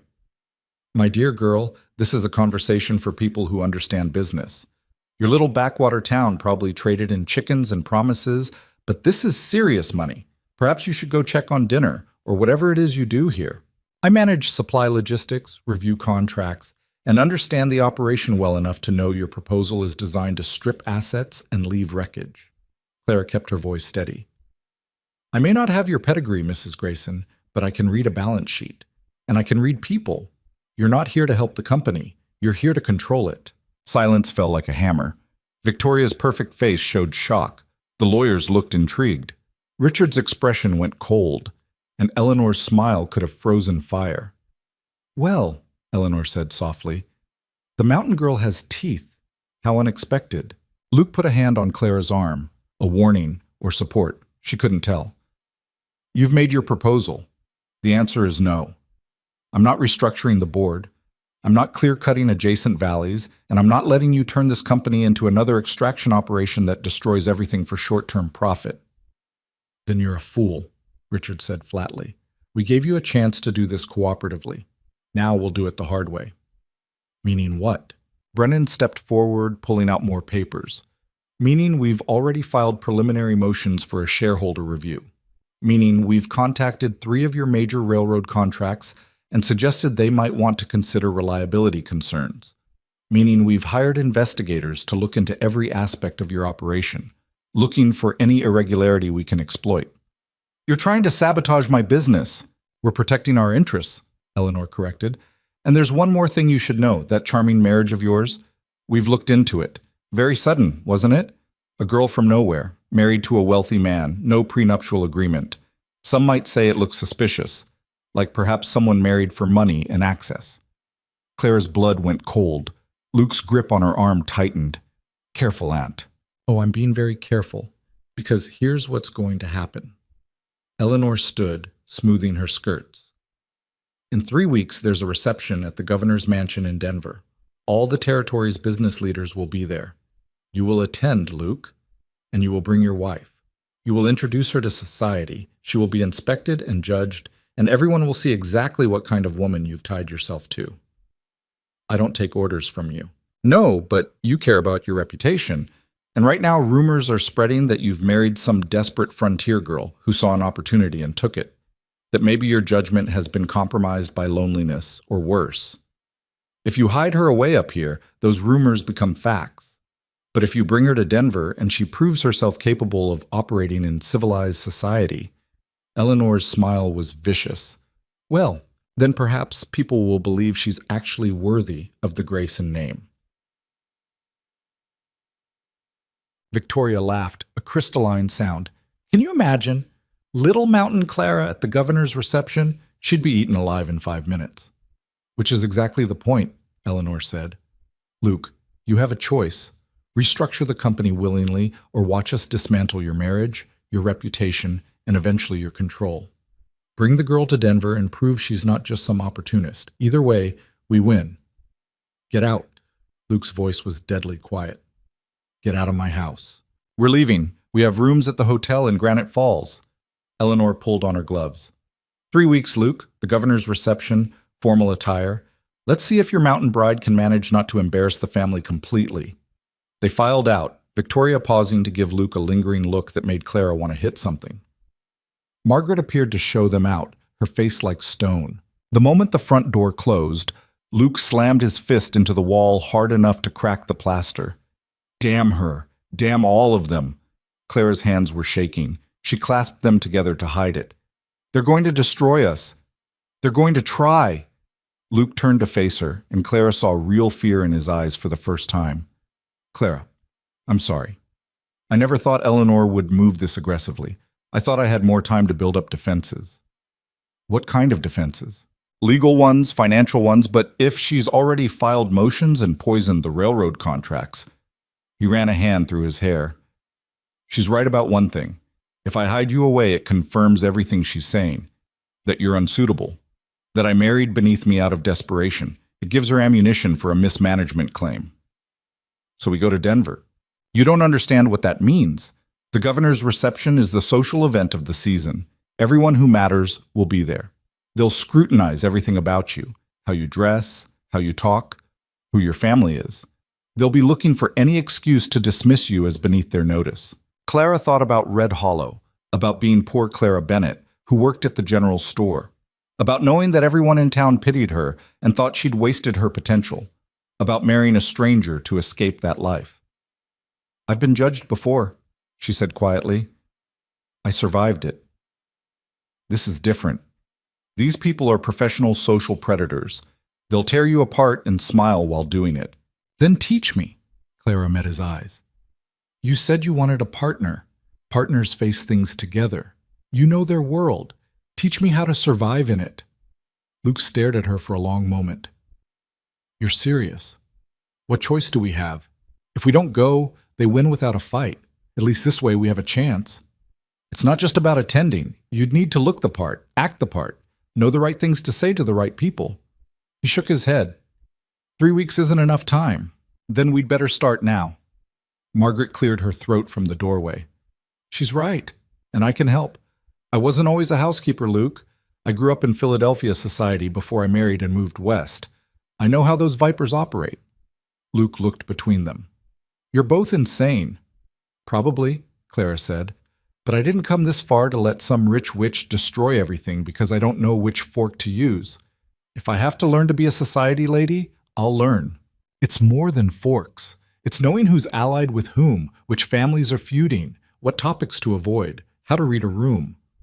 Luke's voice was strained. One wrong word to the wrong person could damage relationships I've spent years building. Then I won't say wrong words. Clara's jaw set. I'm not stupid, Luke. I'm uneducated in their ways, but I can learn. The question is whether you trust me enough to try. That hit home. Luke flinched like she'd struck him. It's not about trust. It's exactly about trust. You brought me here. You said you wanted a partner. Now Eleanor's calling your bluff, and you have to decide if you actually meant it. Silence stretched between them. Through the windows, Clara could see the valley, the mill, the forest, the kingdom Luke had built and was fighting to protect. She understood now why he'd been so desperate for someone who would stay. He'd been preparing for this battle, and he couldn't fight it alone. Finally, Luke nodded. All right, we do this together. But if at any point it becomes too much, if you want to back out, I won't. You don't know that. No, Clara agreed. But I'm choosing to try anyway. Isn't that what courage is? Doing things that scare you because the alternative is worse. Margaret made a sound that might have been approval. I'll write up a list of what she needs to know. Etiquette, current events, the major families and their allegiances. We'll need to get her properly fitted for a gown, which means a trip to Granite Falls and probably Denver. I'll arrange it, Luke said, and I'll need to send telegrams to some allies, see if anyone can provide cover at the reception. Clara's head was spinning. What kind of cover? The kind where respected people publicly acknowledge you, treat you as legitimate. If the governor's wife speaks to you, for instance, it legitimizes you to everyone watching. Luke moved to his desk, already thinking strategically. But that requires calling in favors, and I don't have many in Denver society. I've made a point of avoiding it. What about your contracts, the railroad men? Surely some of them owe you consideration. Business relationships don't always translate to social ones, but it's worth trying. Luke pulled out stationery. Margaret, start Clara's lessons tonight. Focus on the basics first. Forms of address, table manners, how to navigate a formal event. I'll handle the logistics. Margaret nodded. Come on, Clara. We have work to do. Clara followed Margaret upstairs, her mind reeling. 3 weeks to transform from a frontier nobody into someone who could hold her own among Denver's elite. 3 weeks to learn a lifetime of social graces she'd never needed before. 3 weeks to prove she was more than what Eleanor Grayson thought she was. They worked through dinner, Margaret drilling Clara on the hierarchy of formal address. Sir and Madam for strangers, Lord and Lady for titled visitors, if any attended, Mrs. and Miss based on martial status and age. How to introduce people. Higher rank always introduced first. How to accept or decline a dance. How to make polite conversation without revealing too much.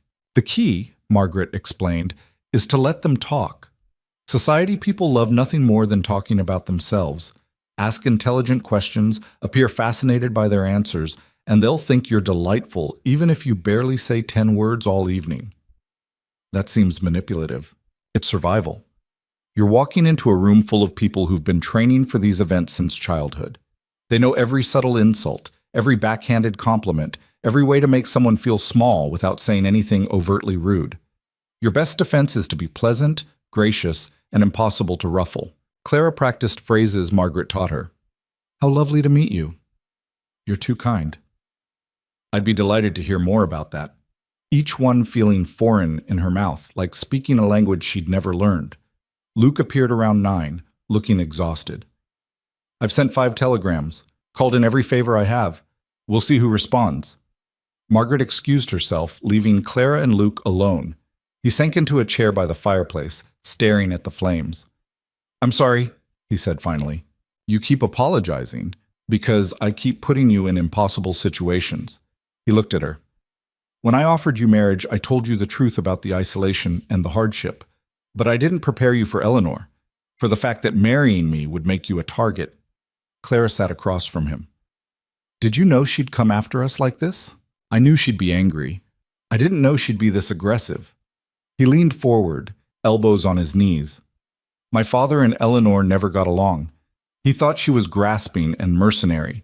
She thought he was a fool for choosing sustainable forestry over maximum profit. When he died, she expected me to see things her way. When I didn't, she started looking for leverage. And Victoria? What's her role in this? Luke's expression went carefully blank. Victoria and I courted briefly years ago, before Sarah. It didn't work out. She wanted someone who'd live in Denver and play society games. I wanted to be here. We parted ways. Does she know that? Because the way she looked at you tonight suggested she thinks you're still an option. She knows. She just doesn't accept it. Luke stood pacing. Eleanor's been pushing the match for years. A marriage between Victoria and me would merge Ashworth's railroad interests with our timber operation. Eleanor would control both through Victoria. It's been her endgame since before Sarah died. And now I'm in the way. Now you're inconvenient, which makes you a problem to be eliminated. He stopped pacing, looking at Clara with something like admiration. You stood up to her. Most people don't. They smile and acquiesce and let Eleanor walk all over them. I've dealt with bullies before. Mr. Henderson was basically the Red Hollow version of your aunt. Same tactics, smaller stage. Henderson's a small-town store owner. Eleanor's a major shareholder in a company worth hundreds of thousands of dollars. She has real power. Power she's using to threaten your livelihood and attack your marriage.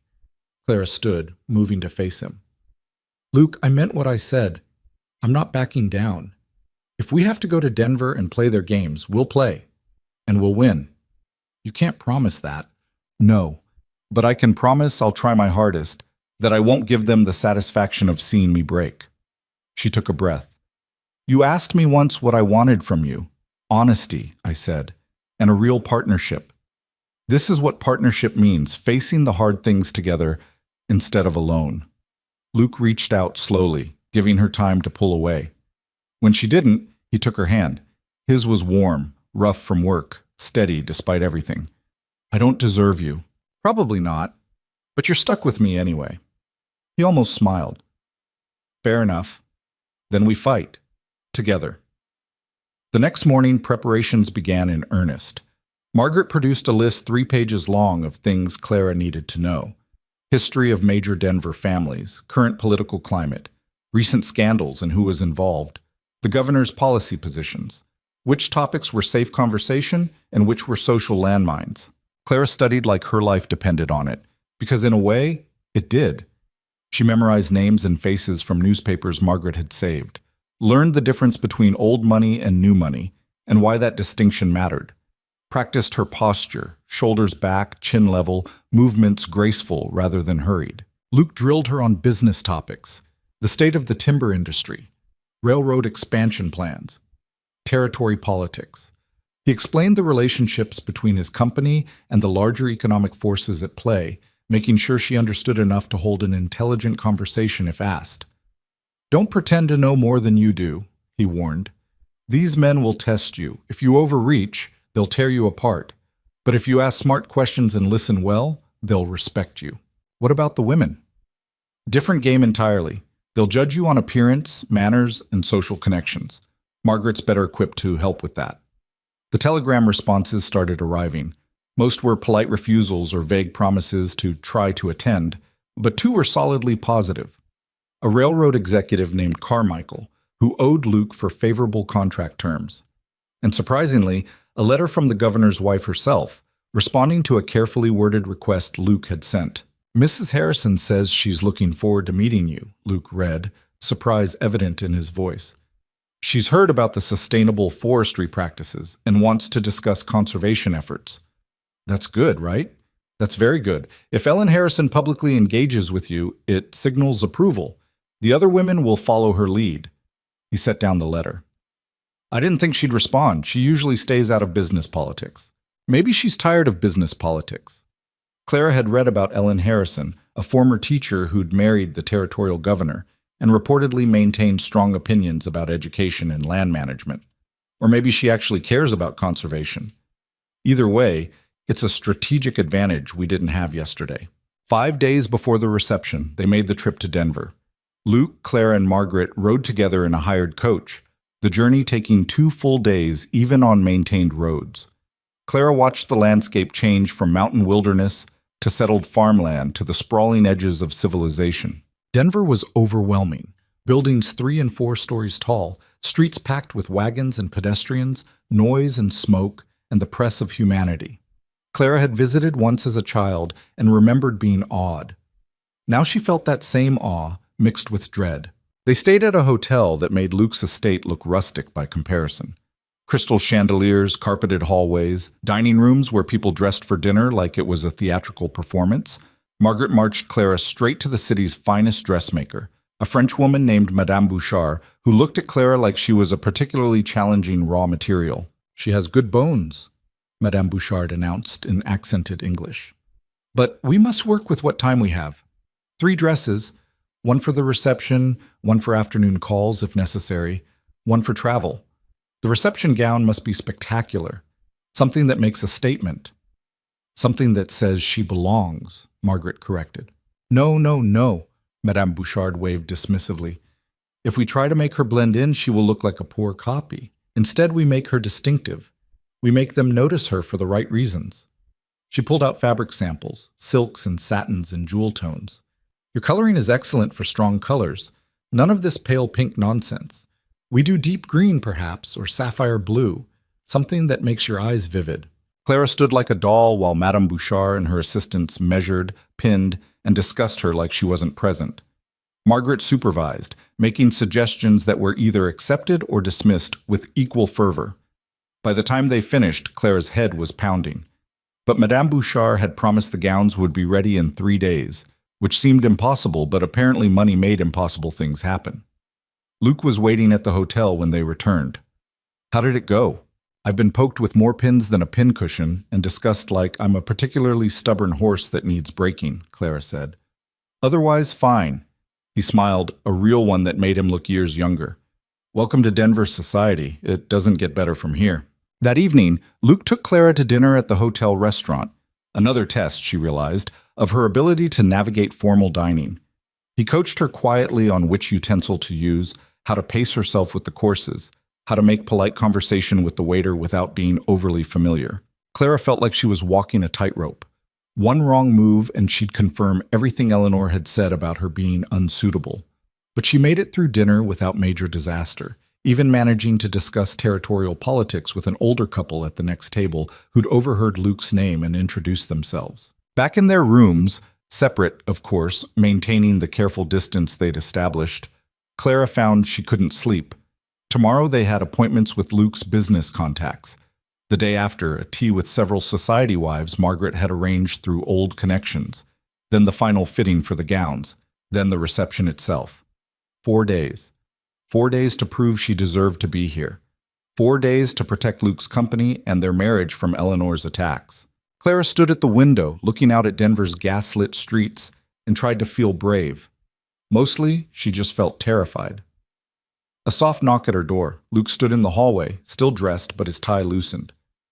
"Can't sleep either. Too much running through my head. Come to my room. I want to show you something." She followed him, curiosity overriding propriety. His room was larger than hers, with a sitting area where papers were spread across a desk. Luke gathered them, handing them to Clara. "These are letters," he said. "From the workers. 43 men wrote to say they're grateful I didn't sell out to Eleanor's expansion plan, that they'd rather work for someone who cares about the forest and their safety than someone who just sees profit margins." Clara read through them, touched by the rough penmanship and honest words.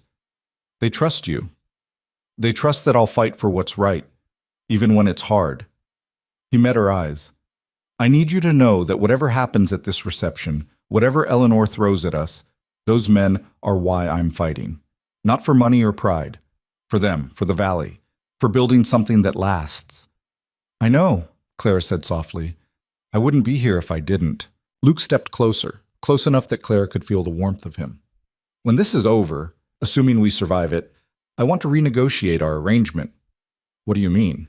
"I mean, I want this to be a real marriage. Not just a partnership, not just convenience." His voice was rough. "I know you didn't sign up for that. I know I brought you here under false pretenses, and you have every right to keep me at arm's length. But Clara, you've proven yourself a dozen times over. You're smart and brave, and you don't back down even when you should. And I—" He stopped, looking frustrated. Clara waited, her heart pounding. "I'm falling in love with you," he finally said. "I didn't plan to. I didn't think I could after Sarah. But you're not Sarah, you're yourself. And I want a chance to see where this could go if we're both willing to try." Clara's breath caught. She thought about the past 2 weeks, about learning to trust this difficult, complicated man, about seeing him care for his workers and his land with fierce devotion. about the way he'd never once condescended to her, even when teaching her things she didn't know. "Ask me again after the reception," she said. "After we've survived Eleanor and proven we can weather the storm. Then I'll give you my answer." Luke nodded slowly. "Fair enough." He walked her back to her room, and this time when he bid her good night, he kissed her hand. A small gesture, old-fashioned and sweet, that made Clara's chest feel tight. She lay awake a long time, thinking about love and trust and the strange path that had brought her here. Tomorrow, they'd face Denver society. In 4 days, they'd face Eleanor's final challenge. And after that, Clara would have to decide what kind of future she wanted. But tonight, for this moment, she let herself feel something close to hope. The next 3 days blurred into a parade of strategic meetings and social maneuvering that left Clara's head spinning. Luke introduced her to railroad executives who assessed her like livestock at auction, their handshakes perfunctory and their questions designed to expose her ignorance. She smiled through each interrogation, remembered Margaret's coaching, and let them talk themselves into believing she was harmless. The tea with society wives was worse. 6 women gathered in a hotel parlor, each one dressed in afternoon finery that probably cost more than Clara's father had earned in a year. They spoke in coded language Clara was still learning to decipher, discussing charitable works that were actually social hierarchies and community concerns that translated to gossip. Margaret sat beside her like a guardian angel, deflecting the worst of the probing questions. But Clara felt every measuring glance, every subtle dismissal. These women had decided who she was before she'd even walked in the room. Only one showed any genuine warmth. A younger woman named Caroline Mitchell, perhaps 25, with kind eyes and a nervous habit of twisting her wedding ring. She'd approached Clara as the tea was ending. "Don't let them intimidate you," Caroline whispered. "They did the same to me when I married Robert. My father was a shopkeeper, which apparently makes me barely civilized in their eyes. You'll survive this. Just remember that their opinions matter far less than they think they do." Clara squeezed her hand gratefully. "Thank you. Besides," Caroline added with a slight smile, "I heard you telling Mrs. Hartford about sustainable forestry practices. She actually looked interested, which I've never seen before. You're doing better than you think." But Clara knew better than to feel confident. The real test was still coming. The day before the reception, Madame Bouchard's shop delivered the gowns. Clara stood in her hotel room as Margaret helped her into the reception dress, and for the first time in weeks, she felt something close to excitement. The gown was deep emerald silk that caught the light like water. The bodice was fitted perfectly, with delicate beading across the shoulders that sparkled when she moved. The skirt fell in elegant lines that made her look taller, more regal. Madame Bouchard had been right about the color. It made Clara's eyes vivid and her dark hair rich. Margaret stepped back, her expression softening. "You look like you belong in that dress, like it was made for who you actually are, not who you're pretending to be." Clara turned in front of the mirror, barely recognizing herself. "I don't feel like myself." "Good. Because yourself is a frightened girl from Red Hollow. This woman," Margaret gestured at Clara's reflection, "this woman can face Eleanor Grayson and win." A knock at the connecting door. Luke entered without waiting for permission, then stopped dead when he saw Clara. "Is it all right?" Clara asked, suddenly uncertain. Luke's voice came out rough. "You're beautiful. It's the dress." "It's not the dress." He moved closer, his eyes never leaving her face. "Clara, you're going to walk into that reception and every person there is going to see what I see. Someone strong and real and completely remarkable." Clara's throat tightened. "I'm terrified." "I know, so am I." He took her hand. "But we do this together. And if anyone tries to hurt you, they'll have to go through me first." Margaret cleared her throat. "Touching as this is, we need to finish preparing. Clara needs her hair properly arranged. And Luke, you need to not rumple that dress before tomorrow night." Luke released Clara's hand reluctantly. "Tomorrow, then." Tomorrow. That night, Clara barely slept. She lay in the darkness, rehearsing everything she'd learned. How to address a governor. How to decline a dance without giving offense. How to navigate conversations about politics without revealing her actual opinions. How to smile through insults disguised as compliments. When dawn came, she rose and dressed mechanically, her stomach in knots. Margaret arrived early, bringing tea and toast Clara couldn't eat. "You'll be fine," Margaret said firmly. "Remember, you're not there to impress them. You're there to survive them. Big difference." The reception began at 7. Luke called for Clara at 6:30, looking devastating in formal evening wear that transformed him from mountain man to society gentleman. His hair was properly trimmed, his beard shaped, his bearing confident, but Clara could see the tension in his shoulders. "Ready?" he asked. "No, but let's go anyway." The governor's mansion blazed with light against the evening sky. Carriages lined the circular drive, depositing passengers in elaborate finery. Clara watched wealthy women glide toward the entrance, their jewels catching the lamplight, their laughter carrying on the cold air. Luke helped her down from their carriage, his hand steady on her arm. "Stay close to me. I'll handle the introductions. You just smile and be yourself." "Which self? The mountain girl or the society lady?" "The one who stood up to Eleanor.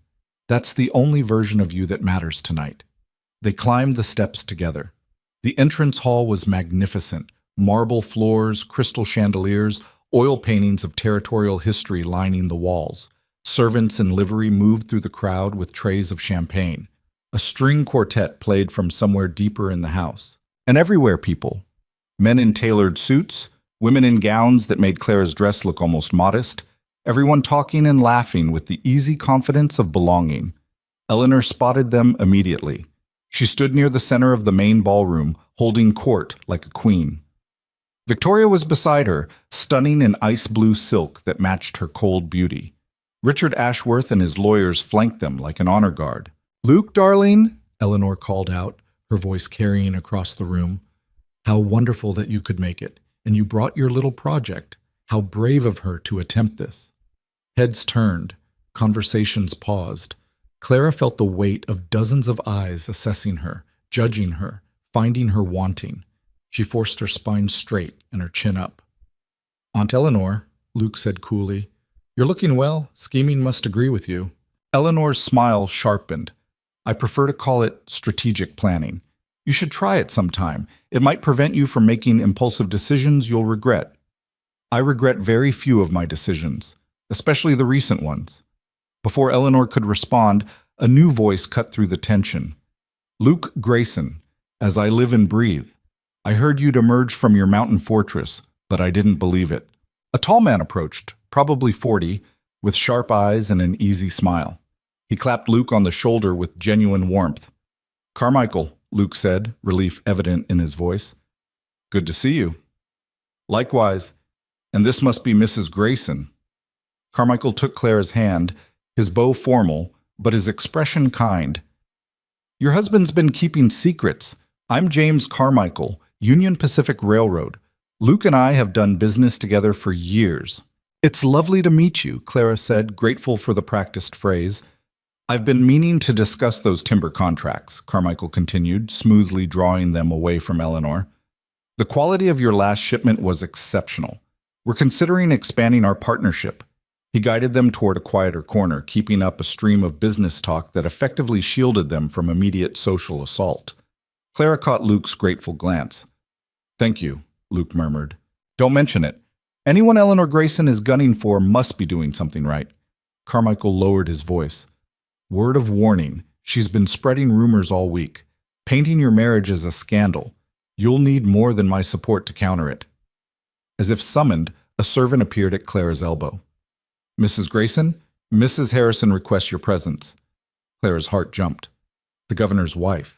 The woman whose approval could legitimize her to everyone watching. Luke squeezed her hand once. "Go. I'll be right here." Clara followed the servant through the crowded ballroom, acutely aware of the attention tracking her movement. They reached a seating area where an elegant woman in her 50s sat surrounded by several other ladies. Ellen Harrison had intelligent eyes and a warm smile that didn't quite hide her assessment. "Mrs. Grayson, how lovely to finally meet you. Please, sit." Clara sat, arranging her skirts carefully. The other women watched with predatory interest. "I've been reading about your husband's forestry practices," Ellen continued. "This selective harvesting approach, it's quite innovative, isn't it?" This was safe ground. Clara had studied this extensively. "It's based on long-term sustainability rather than short-term profit. By harvesting only mature trees and leaving the younger growth, the forest maintains its watershed function and continues producing quality timber indefinitely. How refreshing, Most timber operations seem determined to destroy their own future. Ellen's eyes sharpened. I understand there's been some pressure to abandon these practices in favor of more aggressive expansion. Clara chose her words carefully. There are always people who prioritize immediate returns over sustainable management. My husband believes, and I agree, that stewardship is more valuable than extraction. Even when it means lower profits? Profits mean nothing if they come at the cost of destroying the resource itself. That's not business strategy. That's just greed with accounting. One of the other women gasped softly. Ellen Harrison's eyebrows rose, but her smile widened. Well said. It's rare to hear such straightforward opinions in these circles. Forgive me if I've spoken too bluntly, Clara said, remembering Margaret's warnings about being too opinionated. Not at all. I find honesty refreshing. Ellen leaned forward slightly. Tell me, Mrs. Grayson, what's your opinion on the proposed territory education reforms? Clara's mind raced. She'd read about this in the newspapers Margaret had made her study. I think universal education is essential for territorial development, though the funding mechanisms being proposed seem to disproportionately burden rural communities while serving urban centers. Exactly my concern. Ellen's approval was evident. The governor and I have been discussing this extensively. Perhaps you'd be willing to share your perspective with him? The rural viewpoint is often underrepresented in these policy discussions. Before Clara could respond, Eleanor's voice cut across the conversation like a knife. How charming to see you taking an interest in politics, dear. Though I'm sure Ellen would prefer to hear from people with actual expertise rather than a frontier girl playing dress-up. The room went silent. Ellen Harrison's expression turned to ice. I beg your pardon, Eleanor? I simply mean that complex policy matters require educated understanding. No offense to Mrs. Grayson, of course. Eleanor's smile was vicious. But she's barely been out of the wilderness for a month. What could she possibly know about governance? Clara felt heat rising in her chest. Every instinct screamed at her to defend herself, to lash out. But Margaret's voice echoed in her mind. Don't let them see you rattled. That's what they want. She stood slowly, meeting Eleanor's gaze with calm she didn't feel. You're right that I lack formal education in policy matters. But I've spent the past month learning every aspect of a successful business operation.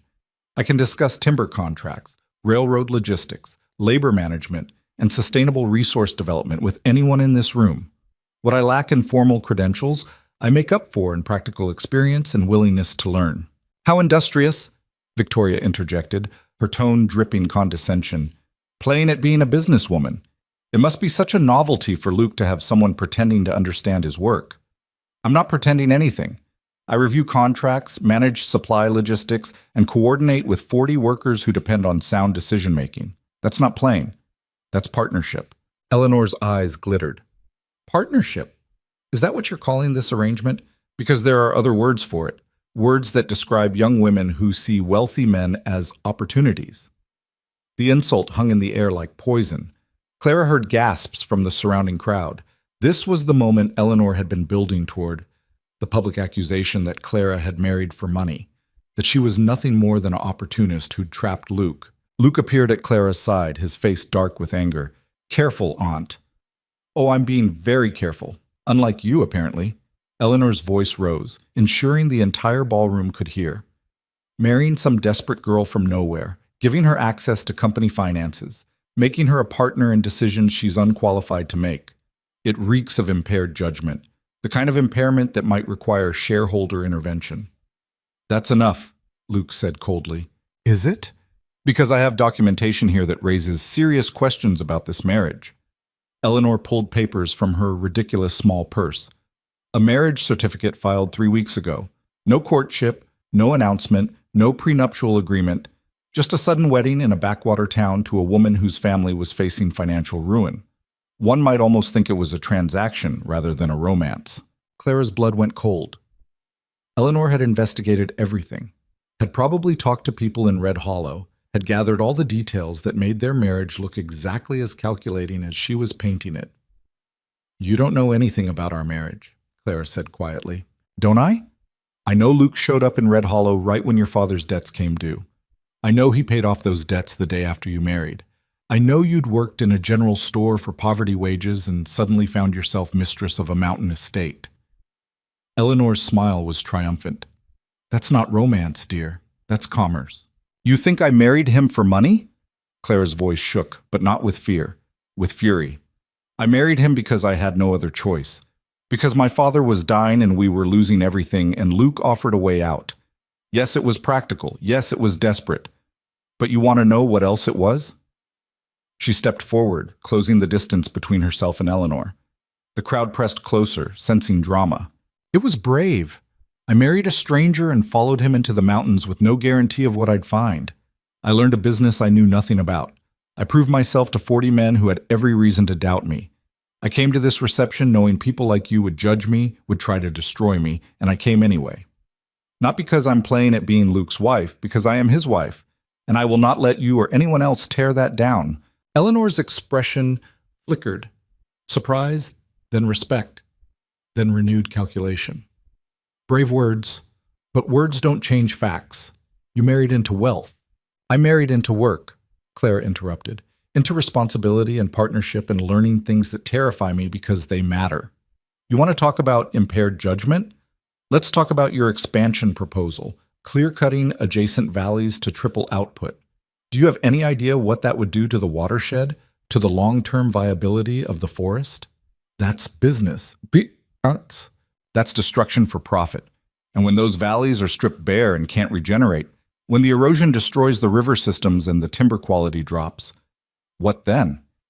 You'll have made your money and moved on to the next resource to exploit, but the land will be ruined, the workers will be unemployed, and the company Luke's father built on sustainable principles will be just another failed extraction operation. Clara's voice rang across the ballroom. She was vaguely aware that everyone was listening now, that she'd abandoned all pretense of polite society behavior, but she couldn't stop. You call me unqualified. I know more about the actual operation than you do. I've walked every acre of that valley. I've watched the harvesting process. I've reviewed 3 years of production data, and I can tell you exactly why selective harvesting produces better long-term returns than clear-cutting. You want numbers? I'll give you numbers. She pulled from memory everything Luke had taught her, rattling off production statistics, quality grades, contract terms. The crowd was silent now, watching this frontier girl demolish Eleanor's arguments with facts and figures. Governor Harrison himself had moved closer, his expression interested. Ellen Harrison was smiling. Eleanor's face had gone pale with rage. This is absurd. She's been coached. She's been educated, Luke said firmly, by me. Because unlike you, Aunt Eleanor, I believe in building things rather than just profiting from them. Clara's right about everything she said. Your expansion plan would destroy the forests and the company. I won't allow it. You may not have a choice. Richard Ashworth stepped forward, his lawyers flanking him. We've filed for a formal shareholder review. If we can prove mismanagement or impaired judgment, on what grounds? Governor Harrison's voice cut through the argument. Forgive me for interrupting, but I've been listening to this young woman speak, and I hear nothing but sound business sense and genuine concern for sustainable resource management. What exactly is the mismanagement being alleged? Richard faltered. The marriage was sudden and potentially motivated by two people finding a mutually beneficial arrangement? How is that different from half the marriages in this room? The governor looked around pointedly. Show of hands, how many of you married purely for love with no consideration of financial security or social advantage? Uncomfortable silence. Clara saw several society wives exchange glances. That's what I thought. Harrison turned back to Richard. Unless you have evidence of actual fraud or malfeasance, a shareholder review based on disapproval of someone's marriage seems like a waste of everyone's time and money. There's also the question of her influence on business decisions, Eleanor interjected desperately. She has no experience, no education. She has practical knowledge and appears to be learning rapidly, Ellen Harrison said coolly. I've been discussing policy with her, Eleanor, and I found her insights valuable, more valuable than many educated people who speak from theory rather than experience. Besides, the governor added, I'm rather interested in this sustainable forestry approach. The territory's been dealing with the aftermath of clear-cutting operations that destroyed watersheds and left nothing but erosion. If Mr. Grayson has developed methods that maintain forest health while still producing profit, that's something worth supporting, not sabotaging. He looked at Luke.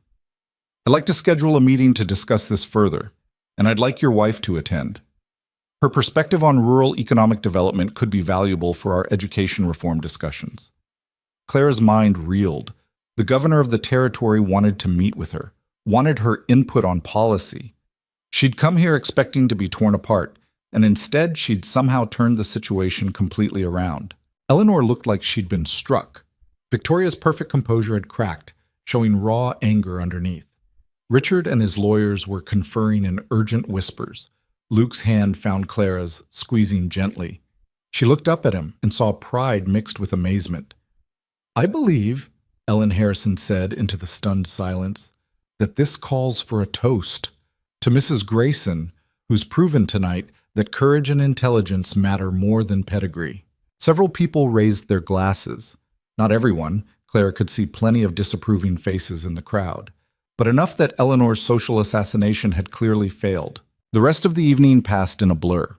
People approached Clara with new interest, asking questions about the timber operation, about life in the mountains, about her opinions on everything from railroad expansion to women's education. She answered as best she could, remembering Margaret's coaching but also speaking from her own genuine experience. Caroline Mitchell found her during a quiet moment. "You were magnificent. I've never seen anyone stand up to Eleanor Grayson like that. I probably shouldn't have lost my temper." "Are you joking? You spoke truth to power. Half the people here have wanted to do that for years but didn't have the courage." Caroline smiled. "You've made an enemy, but you've also earned respect. That's worth more in the long run." As the reception wound down, Luke guided Clara toward the exit. They'd stayed long enough, made their point. Eleanor was huddled with her allies, clearly planning her next move, but the immediate crisis had been averted. Outside, the cold air was a relief after the stifling ballroom. Clara's hands were shaking now that the adrenaline was fading. Luke helped her into their carriage, then climbed in beside her. "You were incredible," he said. "I was angry. I probably said too much. You said exactly what needed to be said. You didn't just defend yourself, you defended our entire approach to the business. You made Eleanor look like the greedy opportunist she is." He took her hand. "Clara, I know I asked you to wait until after tonight to answer my question, but I need you to know what you did in there, the courage you showed, the way you fought for us. Luke?" Clara turned to face him. "Ask me again." "What?" "Your question from the other night. Ask me again." Luke's expression softened. "I want this to be a real marriage. Not just partnership or convenience. I want a future with you, Clara. I want to build something together that's ours, not just what circumstances forced us into. I'm asking if you want that too." Clara thought about the past month, about leaving Red Hollow to save her father, about discovering Luke had lied by omission but had given her opportunities she'd never imagined, about learning to run a business, to stand up to people like Eleanor, to find strength she hadn't known she possessed. She thought about Luke teaching her patiently, trusting her with real responsibility, looking at her like she mattered. About the way he'd stood beside her tonight, proud rather than protective, letting her fight her own battle while making it clear he was there if she needed him. "Yes," she said simply. "I want that too." Luke pulled her close, kissing her for the first time. It was gentle and fierce all at once, full of promise and relief and something that felt dangerously close to love. When they finally broke apart, Clara was breathless. "We still have problems. Eleanor's not going to give up." "No, but we'll face them together, really together this time." Luke smiled. "You turned the governor into an ally tonight. That's going to make Eleanor's legal challenges much harder. And you've proven to everyone watching that you're not some helpless mountain girl. You're my equal partner. I'm still learning. We're both still learning. That's what partnership means." The carriage rolled through Denver's gas-lit streets, carrying them back to the hotel. Clara leaned against Luke's shoulder, exhausted but oddly content. They'd survived the ballroom battle. They'd proven themselves to the people who mattered, and they'd found something real in the process. Tomorrow, they'd return to the valley, to the work of actually running the operation and dealing with Eleanor's inevitable next move. But tonight, Clara let herself simply feel victorious. She'd walked into that reception as the poor girl from Red Hollow, the questionable wife who'd married for money. She was leaving as Clara Grayson, business partner and policy advisor, someone who'd earned her place through courage and capability rather than pedigree or pretense. It was, she thought, a significant improvement. The journey back to Winter Ridge took 3 days, but this time Clara noticed things she'd missed on the brutal ride in. The way the forest changed as they climbed higher, pine giving way to spruce, the distant peaks that looked like teeth against the sky, the absolute silence that settled once they left civilization behind, broken only by wind and the horse's steady rhythm. Luke rode beside her now, instead of ahead, pointing out landmarks and talking about the valley in a way he hadn't before, like she'd earned the right to really understand it. "My father found this place by accident," he said as they crested the final ridge. "He was surveying for a railroad route that never got built, saw the valley and the forest, and understood what it could be. Spent 2 years filing claims and buying up surrounding land before anyone else realized what he had." Clara looked down at the valley spread before them, the river catching afternoon light like mercury. "He built something that matters. He built something that lasts, or at least that's supposed to last." Luke's expression darkened. "Eleanor's not done. The governor's support helps, but she still owns 30%. She can still make trouble. Then we deal with trouble when it comes." They rode down into the valley as the sun set, painting everything gold and purple. Workers stopped to wave as they passed the mill. Jamie ran out of the stables, grinning wide. "You're back! Did you survive Denver? Peterson said city folk would eat you alive." "We survived," Clara said, dismounting with significantly more grace than she'd managed 3 weeks ago. "Peterson owes me $5 if he bet against us." "He definitely did. This is going to be great." Margaret was waiting on the porch, her usually stern face showing relief. "Thank heavens. I've been imagining every possible disaster. How bad was it?" "Bad," Luke admitted.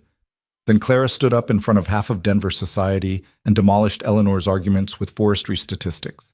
"Now the governor wants to meet with us about conservation policy." Margaret's eyebrows rose. "You're joking." "I'm really not," Clara said. "It was either incredibly brave or incredibly stupid. I'm still not sure which." "Probably both. The best moments usually are." Margaret ushered them inside. "Cook's been preparing a feast. He was convinced you'd come back defeated and needing comfort food. Now I suppose it's a victory dinner instead." The house felt different to Clara now, less like Sarah's museum and more like home. She'd been gone less than a week, but she'd missed the particular silence of the valley, the smell of pine smoke, the way the wooden floors creaked in specific spots. That night at dinner, Luke filled Margaret and Cook in on everything that had happened. Cook kept interrupting with colorful commentary about what he'd like to do to Eleanor Grayson. Margaret listened with the sharp attention of someone planning strategies. "She'll regroup," Margaret warned. "Eleanor's not the type to accept defeat gracefully. She'll look for new angles, new ways to undermine you." "Let her try," Clara said. "We have the governor's support, and we proved I'm not just playing at being Luke's partner. What else can she do?" The answer came 2 weeks later, delivered by a courier who'd ridden hard from Denver. Luke opened the official documents in his study while Clara looked over his shoulder. "A formal audit," Luke said flatly. "Eleanor's triggered a clause in the company bylaws that allows minority shareholders to demand a full financial audit if they suspect irregularities." "What kind of irregularities?" "Any kind. It's a fishing expedition. She's hoping to find something, anything, that can be used to claim mismanagement." He threw the papers down. "This is going to tie up months of time and cost a fortune in legal fees. And if the auditors find even minor bookkeeping errors, Eleanor can use them to argue for restructuring." Clara picked up the papers, reading through the legal language. "How clean are your books?" "Very clean. My father was meticulous, and I followed his example. But auditors can make problems out of nothing if they're looking hard enough. A late payment here, an unusual expense there. In the wrong light, normal business operations can look suspicious. Then we make sure they see it in the right light." Clara set down the papers. "We organize everything, document every decision, and give them no room to twist facts into fiction. You said your father was meticulous. Let's use that." Over the next month, they lived in the study. Every contract, every invoice, every payroll record from the past 5 years got reviewed, organized, and cross-referenced. Clara discovered she had a talent for finding patterns in numbers, catching the story the finances told about how Luke ran the operation. She also discovered problems, not malfeasance, but inefficiencies that could be exploited by hostile auditors. "You're paying for equipment maintenance twice," she said one evening, pointing to entries in 2 different ledgers. once from the general operating fund and once from equipment reserves. It's not fraud, but it makes your expenses look inflated. Luke leaned over to look. Those are different things. General maintenance versus capital improvements. I understand that, but they're not categorized clearly. An auditor looking for problems could claim you're double billing or inflating costs to hide profits. She pulled out a blank ledger. We need to reorganize the entire accounting system, make it so clean and clear that there's no room for misinterpretation. That's going to take weeks. Good thing we have weeks before the auditors arrive. They worked late into the nights, Clara learning accounting principles on the fly, while Luke provided context for every expense and decision. Slowly, a clearer picture of the operation emerged. Luke paid his workers 15% above standard rates. He invested heavily in safety equipment that other operations considered unnecessary expenses. He maintained larger reserves than most companies because he'd seen what happened when unexpected problems arose and there was no buffer. Every choice that made Eleanor's profit-focused allies see mismanagement was actually evidence of sustainable, worker-focused leadership. This is the story we need to tell, Clara said, laying out the reorganized ledgers. Not just that the books are clean, but why they look the way they do. Every expense that seems high has a reason rooted in long-term thinking. Show the auditors that, and Eleanor's narrative falls apart. Luke looked at her work, then at her. When did you become a financial strategist? When I realized that numbers tell stories just like words do. And we need to make sure our story is the one that gets heard. The auditors arrived in early March. Two men from a Denver firm with the joyless demeanor of people who'd spent their lives looking for other people's mistakes. They set up in the study and began their examination with the kind of thoroughness that would have been admirable if it wasn't so clearly hostile. Clara made sure they were comfortable, that they had everything they needed, and that every question was answered completely and immediately. She'd learned from the governor's reception that controlling the narrative meant controlling the information flow. By the end of the first week, she could see their frustration. The books were too clean. Every expense was documented and justified. The reorganization she and Luke had done made it impossible to claim confusion or irregularity. Your safety equipment costs are quite high, the lead auditor noted, his tone suggesting accusation. Yes, Claire agreed, because we value our workers' lives more than we value cutting corners. Every piece of safety equipment has documentation showing how it prevented injuries or deaths. Would you like to review those records as well? The auditor's expression soured, but he couldn't argue with documented life-saving measures. On the 10th day, Peterson appeared at the house with news that changed everything. Mrs. Grayson, there's been an accident at the North Timber site. Clara's stomach dropped. How bad? Cable snapped during a haul. Could have killed 3 men, but the safety harnesses you insisted we buy last month caught them. They've got bruises and Thompson might have a cracked rib, but they're alive. They're saying those harnesses saved their lives. Clara looked at the auditors who'd been listening.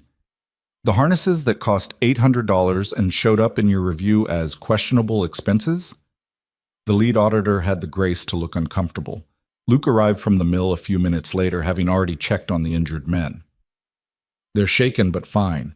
The harnesses worked exactly as designed. Without them, he didn't finish the sentence. Without them, you'd have 3 dead workers, and Eleanor would be attending their funerals while claiming you'd mismanaged the operation, Clara said quietly. Instead, you have 3 alive workers because you spent money on their safety. The auditors completed their review 2 days later. Their report was terse and professional, finding no evidence of financial irregularity or mismanagement. The high expenses were justified by documented safety improvements and long-term sustainability practices. The accounting was thorough and transparent. Eleanor's fishing expedition had caught nothing, but victory came with an unexpected cost. A letter arrived from Red Hollow, forwarded from the Denver hotel. Clara knew from the handwriting what it said before she opened it. Her father had died peacefully in his sleep, with the Denver doctor present and no pain at the end. Mrs. Chen had been holding his hand. He'd asked her to tell Clara that he was proud, that he loved her, and that she should live the life she'd chosen without looking back. Clara read the letter twice, then walked out to the valley overlook where she could see the entire sweep of Winter Ridge. She stood there as the sun set, crying for the man who'd raised her and let her go, who'd trusted her to make impossible choices and supported her, even when it meant losing her. Luke found her as darkness fell. He didn't say anything, just wrapped his coat around her shoulders and stood beside her while she grieved. He got to die in his own home, Clara said finally. Because of what we did. Because I married you. That matters. It matters, Luke agreed, but I didn't get to say goodbye. No, and that's going to hurt for a long time. He pulled her closer. But he knew you loved him. That letter makes that clear. He died knowing you were safe and building something good. That's not nothing. Clara leaned into him, letting herself be held. I want to do something for him. Something that matters. Like what? I don't know yet, but something. The idea came to her 2 weeks later while reviewing contracts with Peterson. The workers' bunkhouses were functional but grim. Bare walls, narrow bunks, no privacy. Men lived there for months at a time with nothing personal, nothing comfortable. What if we rebuilt them? Clara asked Luke that evening. Made them actually livable instead of just functional. Individual rooms instead of open barracks. Windows. Real furniture. Give the men dignity instead of just shelter. Luke considered it. That's expensive. Probably $10,000 for materials and construction. We have the reserves, and you've seen the turnover rates for other operations. Men leave because the living conditions are miserable. If we make Winter Ridge a place where people actually want to stay, we'll have better workers and lower training costs. It's an investment that pays for itself. And it's the right thing to do, Luke added with a slight smile. Your father was a carpenter. This would honor that. Yes, it would. They broke ground in April. Luke hired additional carpenters from Denver and Granite Falls. Clara worked alongside them, learning from men who'd known her father's reputation and respected his craftsmanship. She couldn't build like Thomas Bennett had, but she could learn enough to understand quality work when she saw it. The new bunkhouses rose over the summer. Individual rooms with real beds, windows that let in light and air, common areas where men could gather. Storage for personal belongings. A separate building for bathing that wasn't just a freezing shed by the river. The workers watched the construction with growing amazement. Most had never worked for an operation that cared about their comfort. Peterson told Clara that men were requesting transfers from other timber companies, wanting to work for the outfit that treated employees like human beings instead of equipment. Eleanor made one more attempt in June, sending lawyers with a new proposal. She'd sell her shares to Luke for fair market value plus 20%, allowing him to buy her out completely. The catch was hidden in the fine print. The valuation would be based on projected earnings from her expansion plan, not actual current value. It would have bankrupted the operation to buy her out. Clara caught the trap during her review. She's trying to force you into a corner. Either accept the expansion plan or pay her based on earnings you'd only get from the expansion plan. Either way, she wins. Luke declined the offer publicly, making it clear that any future buyout would be based on actual earnings using current sustainable practices. Eleanor's lawyers threatened legal action. The governor's office quietly let it be known that territorial conservation grants might be available for operations demonstrating sustainable forestry practices. Eleanor finally accepted defeat in August, selling her shares to a consortium of smaller investors who'd been impressed by Clara's performance at the governor's reception. The new shareholders cared more about steady returns than maximum extraction. Luke maintained control, but now his board actually supported his approach instead of fighting it. Victoria Ashworth married Richard Brennan in September. The invitation to the wedding was formal and cold, obviously sent out of social obligation. Clara and Luke didn't attend. By October, the new bunkhouses were complete. Clara organized a celebration, working with Cook to prepare a feast that fed every worker in the valley. There were speeches about the new facilities, about safety improvements, about treating workers with dignity. But the moment Clara remembered most came after the formal celebration ended. An older logger named Hansen, who'd worked timber camps for 30 years, approached her with rough hands and rougher words. "I've been doing this work since I was 14, he said. Slept in places that weren't fit for animals. Lost friends to accidents that could have been prevented if anyone had cared enough to spend money on safety. I never thought I'd see an operation that actually gave a damn about the men doing the work." His voice cracked. "Your husband built something special here, but you made it better. You made it human. Thank you." Clara couldn't speak past the lump in her throat. She just nodded, and Hansen gripped her shoulder once before walking away. That night, lying in bed beside Luke, The marriage had become real in every sense now. Clara thought about how far she'd come. From the frightened girl signing a contract in Red Hollow to the woman workers thanked for making their lives better. From desperate survival to building something that mattered. "Do you ever regret it?" Luke asked in the darkness. "The way we started, the lies and manipulation." Was quiet, really considering it. "I regret that my father died. I regret not having more time with him. But the choice I made? Following you here?" She rolled over to face him. "No, because everything good in my life now came from that choice. You, this place, the work we're doing, none of it would exist if I'd stayed in Red Hollow and let fear make my decisions. Even knowing what you know now, that I could have just told you the truth from the start? Would I have believed you? If some stranger showed up claiming to be wealthy and offering marriage, I would have thought it was a con. The way you did it, letting me think you were just a mountain man, letting me choose based on what I thought was the worst case scenario. It meant I came here prepared for hardship. Everything else was bonus." Luke pulled her closer. "You're kinder than I deserve." "Probably, but you're stuck with me anyway." Winter came early that year, closing the valley in snow and silence. Claire had dreaded the isolation, remembering what Luke had said about Sarah's decline, but she found she didn't mind it. There was always work to do, planning next year's operations, reviewing contracts, corresponding with the governor's office about conservation proposals. And there were the books in the library, long conversations by the fire, chess games where she finally started winning regularly. More than that, there was purpose. Clara wasn't just existing in the wilderness, she was building something. Every decision she and Luke made together was another brick in the foundation of something that would outlast them both. In December, a letter arrived from Caroline Mitchell. She and her husband were moving west to Oregon, where he'd taken a position managing a shipping operation. The letter was warm and filled with news, but one paragraph stood out. "Everyone still talks about the governor's reception, about how you faced down Eleanor Grayson and won. You've become something of a legend among those of us who married into society rather than being born into it. You proved that courage matters more than pedigree. I'll always be grateful for that example." Clara showed the letter to Luke. "I didn't think I'd made that much of an impression." "You changed the conversation," he said, "made it acceptable to value substance over appearance. That matters more than you know." On Christmas Eve, they held another feast for the workers. Margaret had decorated the main house with pine boughs and candles. Cook had outdone himself with the meal. The men sang songs that were more enthusiastic than tuneful, and Jamie played fiddle badly but joyfully. Clara stood on the porch afterward, watching snow fall over the valley. The mill was dark for the holiday. The bunkhouses glowed with lamplight from men who'd chosen to stay here rather than return to towns that held nothing for them. The forest stretched out in every direction, protected and productive, a legacy that would endure. Luke joined her, handing her a cup of something hot and spiced.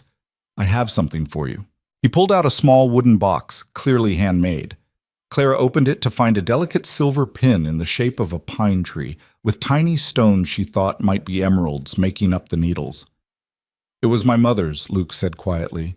"My father commissioned it when they first moved to the valley. Said it represented their new life, their new beginning. I want you to have it, because you've given me a new beginning too." Clara's eyes burned. "Luke, I know I started this marriage all wrong, but you've made it into something right, something real. You're not Sarah's replacement. You're not a convenient solution to loneliness. You're my partner, my equal, and the reason I believe this valley has a future." He took her hand. "I love you, Clara. Not because you're useful or brave or good at business. Just because you're you." Clara kissed him, tasting spices and snow and the future they were building together. "I love you too, even though you're still terrible at romantic speeches." He laughed. "I'm working on it." "Don't. Your awkwardness is part of your charm." They stood together watching the valley. Two people who'd found each other through desperation and built something like love from the wreckage of their separate pasts. It wasn't a fairy tale. It was messier and harder and more complicated than that. But it was real. Spring came eventually, as it always did. The snow melted, the river ran high, and the forest woke green and ready. Clara and Luke planned the year's harvest, marking trees with Peterson and the crew leaders. The governor's conservation grants came through. providing funding for reforestation experiments and watershed protection. Eleanor sent a brief letter in March, acknowledging defeat with as much grace as she could muster. She would not interfere with the operation again. In return, she expected quarterly financial reports and professional courtesy. It was a truce, not a peace, but it was enough. One evening in late April, Clara stood in the study looking at the maps that covered one wall. Every section of the valley marked and documented, every decision visible in the lines and notations, the whole complicated machinery of building something that lasted. Margaret found her there. Still planning world domination? Just thinking about how much has changed. Clara traced a line marking the new reforestation area. A year ago, I was working in Henderson's store for poverty wages. Now I'm corresponding with the territorial governor about environmental policy. It's absurd. It's what you made possible by being brave when it mattered. Margaret moved to stand beside her. You know what your father would say if he could see this? Clara's throat tightened. What? That you've become exactly who you were meant to be. Not the person Red Hollow expected. Not the person circumstances tried to force you into. The person who was there all along, just waiting for the right opportunity. I miss him. Of course you do. That never stops. But look what you've built in his memory. Not just those bunkhouses, though they matter. You've created a place where people are valued, where work has dignity, where the land is protected for future generations. Margaret squeezed her shoulder. That's a legacy Thomas Bennett would be proud of. Clara wiped her eyes. When did you become sentimental? I've always been sentimental. I just hide it better than you do. That summer, Clara discovered she was pregnant. The realization came slowly. Missed courses, morning nausea, a tiredness that had nothing to do with work. Margaret confirmed it with the knowing eye of someone who'd seen it before. How do you feel about it? Margaret asked. Clara sat down carefully. Terrified, excited, completely unprepared. She looked up. What if I'm not good at this? What if I can't handle running the operation and being a mother? What if you can? What if you teach your child everything you've learned about courage and building things that matter? Margaret smiled. You'll figure it out. You always do. Telling Luke was harder than Clara expected. They were reviewing contracts when she finally worked up the nerve. I need to tell you something. He looked up, immediately concerned. What's wrong? Nothing's wrong. At least I don't think so. But it's going to change things. She took a breath. I'm pregnant. Luke went very still. Then a smile spread across his face, genuine and amazed. You're sure? Margaret's sure. I'm still processing. He came around the desk, pulling her up and spinning her around before setting her down gently. This is good. This is really good. Clara, we're going to have a family. We already have a family. 43 workers, 1 cook, 1 housekeeper, and a fiddle-playing stable boy. A larger family, then. He kept his hands on her waist, his expression shifting to concern. Are you happy about this? Clara considered it honestly. I'm scared. But yes, I'm happy. I want to build this future with you. All of it. The baby was born in February, during a snowstorm that sealed the valley for 3 days. Margaret served as a midwife, having delivered more babies than any doctor Clara could have summoned. Luke paced the hallway outside their bedroom, driving Cook to distraction. When it was over, Clara held her daughter, tiny, red-faced, absolutely perfect, and felt the last piece of her old life finally let go. She wasn't Clara Bennett anymore, the poor girl from Red Hollow who'd married for survival. She was Clara Grayson, partner in Winter Ridge Timber, mother to this small person who would grow up knowing the valley and the forest and the importance of building things that lasted. They named her Elizabeth after Clara's mother, Eleanor Beth Grayson, if you wanted to be formal about it, though Clara never called her anything but Beth. The workers threw another celebration, this one quieter but no less heartfelt. Hanson carved a wooden bear as a gift. Peterson awkwardly offered to teach her to climb trees when she was older. Jamie announced he'd protect her from all dangers, which was ridiculous but touching. Luke was a disaster as a new father, anxious about every tiny sound, convinced Beth would break if held wrong. But he was also devoted in a way that made Clara's heart ache. He built a cradle from valley pine with his own hands, each joint perfect, each surface smooth enough that nothing could snag delicate skin. My father built one for me, he explained, running his hand over the wood. It's tradition, building something beautiful for something precious. Clara watched him with their daughter. This man who'd started as a stranger and become everything that mattered, and understood what her mother had meant in that journal entry. Sometimes you chose the unknown because staying with the known would kill you slowly. Sometimes you were brave not because you weren't afraid, but because the fear of staying still was worse than the fear of moving forward. 5 years later, Clara stood on the same overlook where she'd first seen the valley, watching Beth chase butterflies through the meadow grass. The estate had expanded. More buildings, more workers, a small school they'd built for the few families who'd settled in the valley. The forest was healthier than ever, managed carefully and sustainably. Eleanor had died the previous winter, leaving her remaining investments to a charitable foundation that ironically ended up supporting conservation efforts.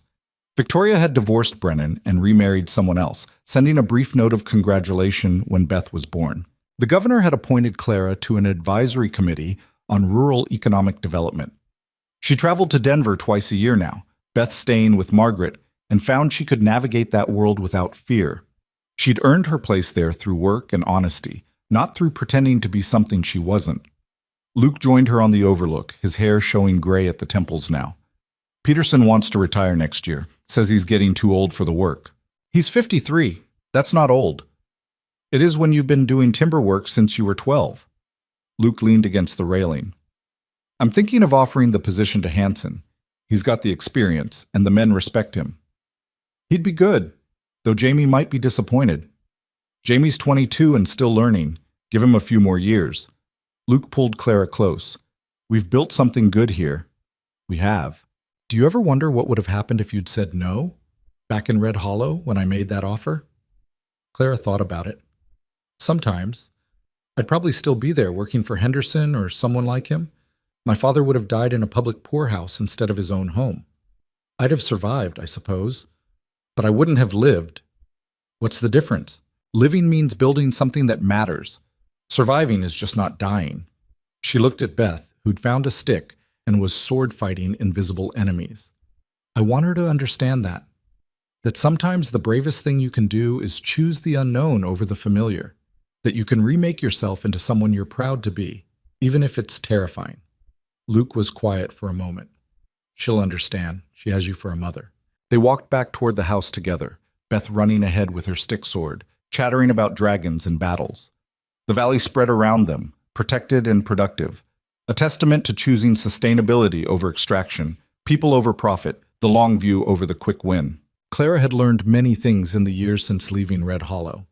How to run a business, how to navigate society politics, how to be a wife and mother and leader all at once. But the most important lesson had come from her father's last message. Live the life you've chosen without looking back. She'd chosen Luke and the mountains and the hard work of building something meaningful. She'd chosen to be brave when being safe was impossible. She'd chosen partnership over security, growth over stagnation, the terrifying possibility of success over the safe certainty of failure. And standing here now, watching her daughter play in the meadow while her husband discussed the future beside her, Clara understood that every impossible choice had been worth it. Not because everything had worked out perfectly, it hadn't, but because she'd faced the hardships and the triumphs as herself, fully present and fully alive. That night, after Beth was asleep and the house had settled into its familiar creaks and sighs, Clara found Luke in the study. He was reviewing next year's contracts, the same work that never truly ended. Come to bed, she said. In a minute. I just need to... Luke. She took the papers from his hands. It'll be there tomorrow. Come to bed. He smiled, following her upstairs. Their bedroom window looked out over the valley, the same view Sarah had loved but which Clara had made her own. The mountains stood silent in the moonlight. The river whispered below. The forest waited, patient and enduring. Clara had been terrified of this place once. Terrified of isolation and silence and the crushing weight of living up to a dead woman's memory. But she'd learned that fear was just another kind of wilderness to navigate. You didn't conquer it. You just kept walking through it until you found yourself on the other side, stronger than you'd been before. She'd walked into Winter Ridge as a desperate girl with no options. She'd become its queen not through marriage but through choice. The choice to stay when leaving would have been easier, to learn when ignorance was safer, to fight when surrender would have been understandable. That was the real story, Clara thought as she settled into bed beside Luke. Not the fairy tale of a poor girl who married rich, but the harder, truer story of a woman who found courage she didn't know she had and built a life that mattered. I love you, Luke murmured in the darkness. I know, Clara said. I love you too. Outside, the valley slept. Inside, two people who'd found each other through desperation and transformed it into devotion rested easy, knowing that tomorrow would bring new challenges and new choices. But whatever came, they would face it together. And that, in the end, was all the happy ending anyone really needed.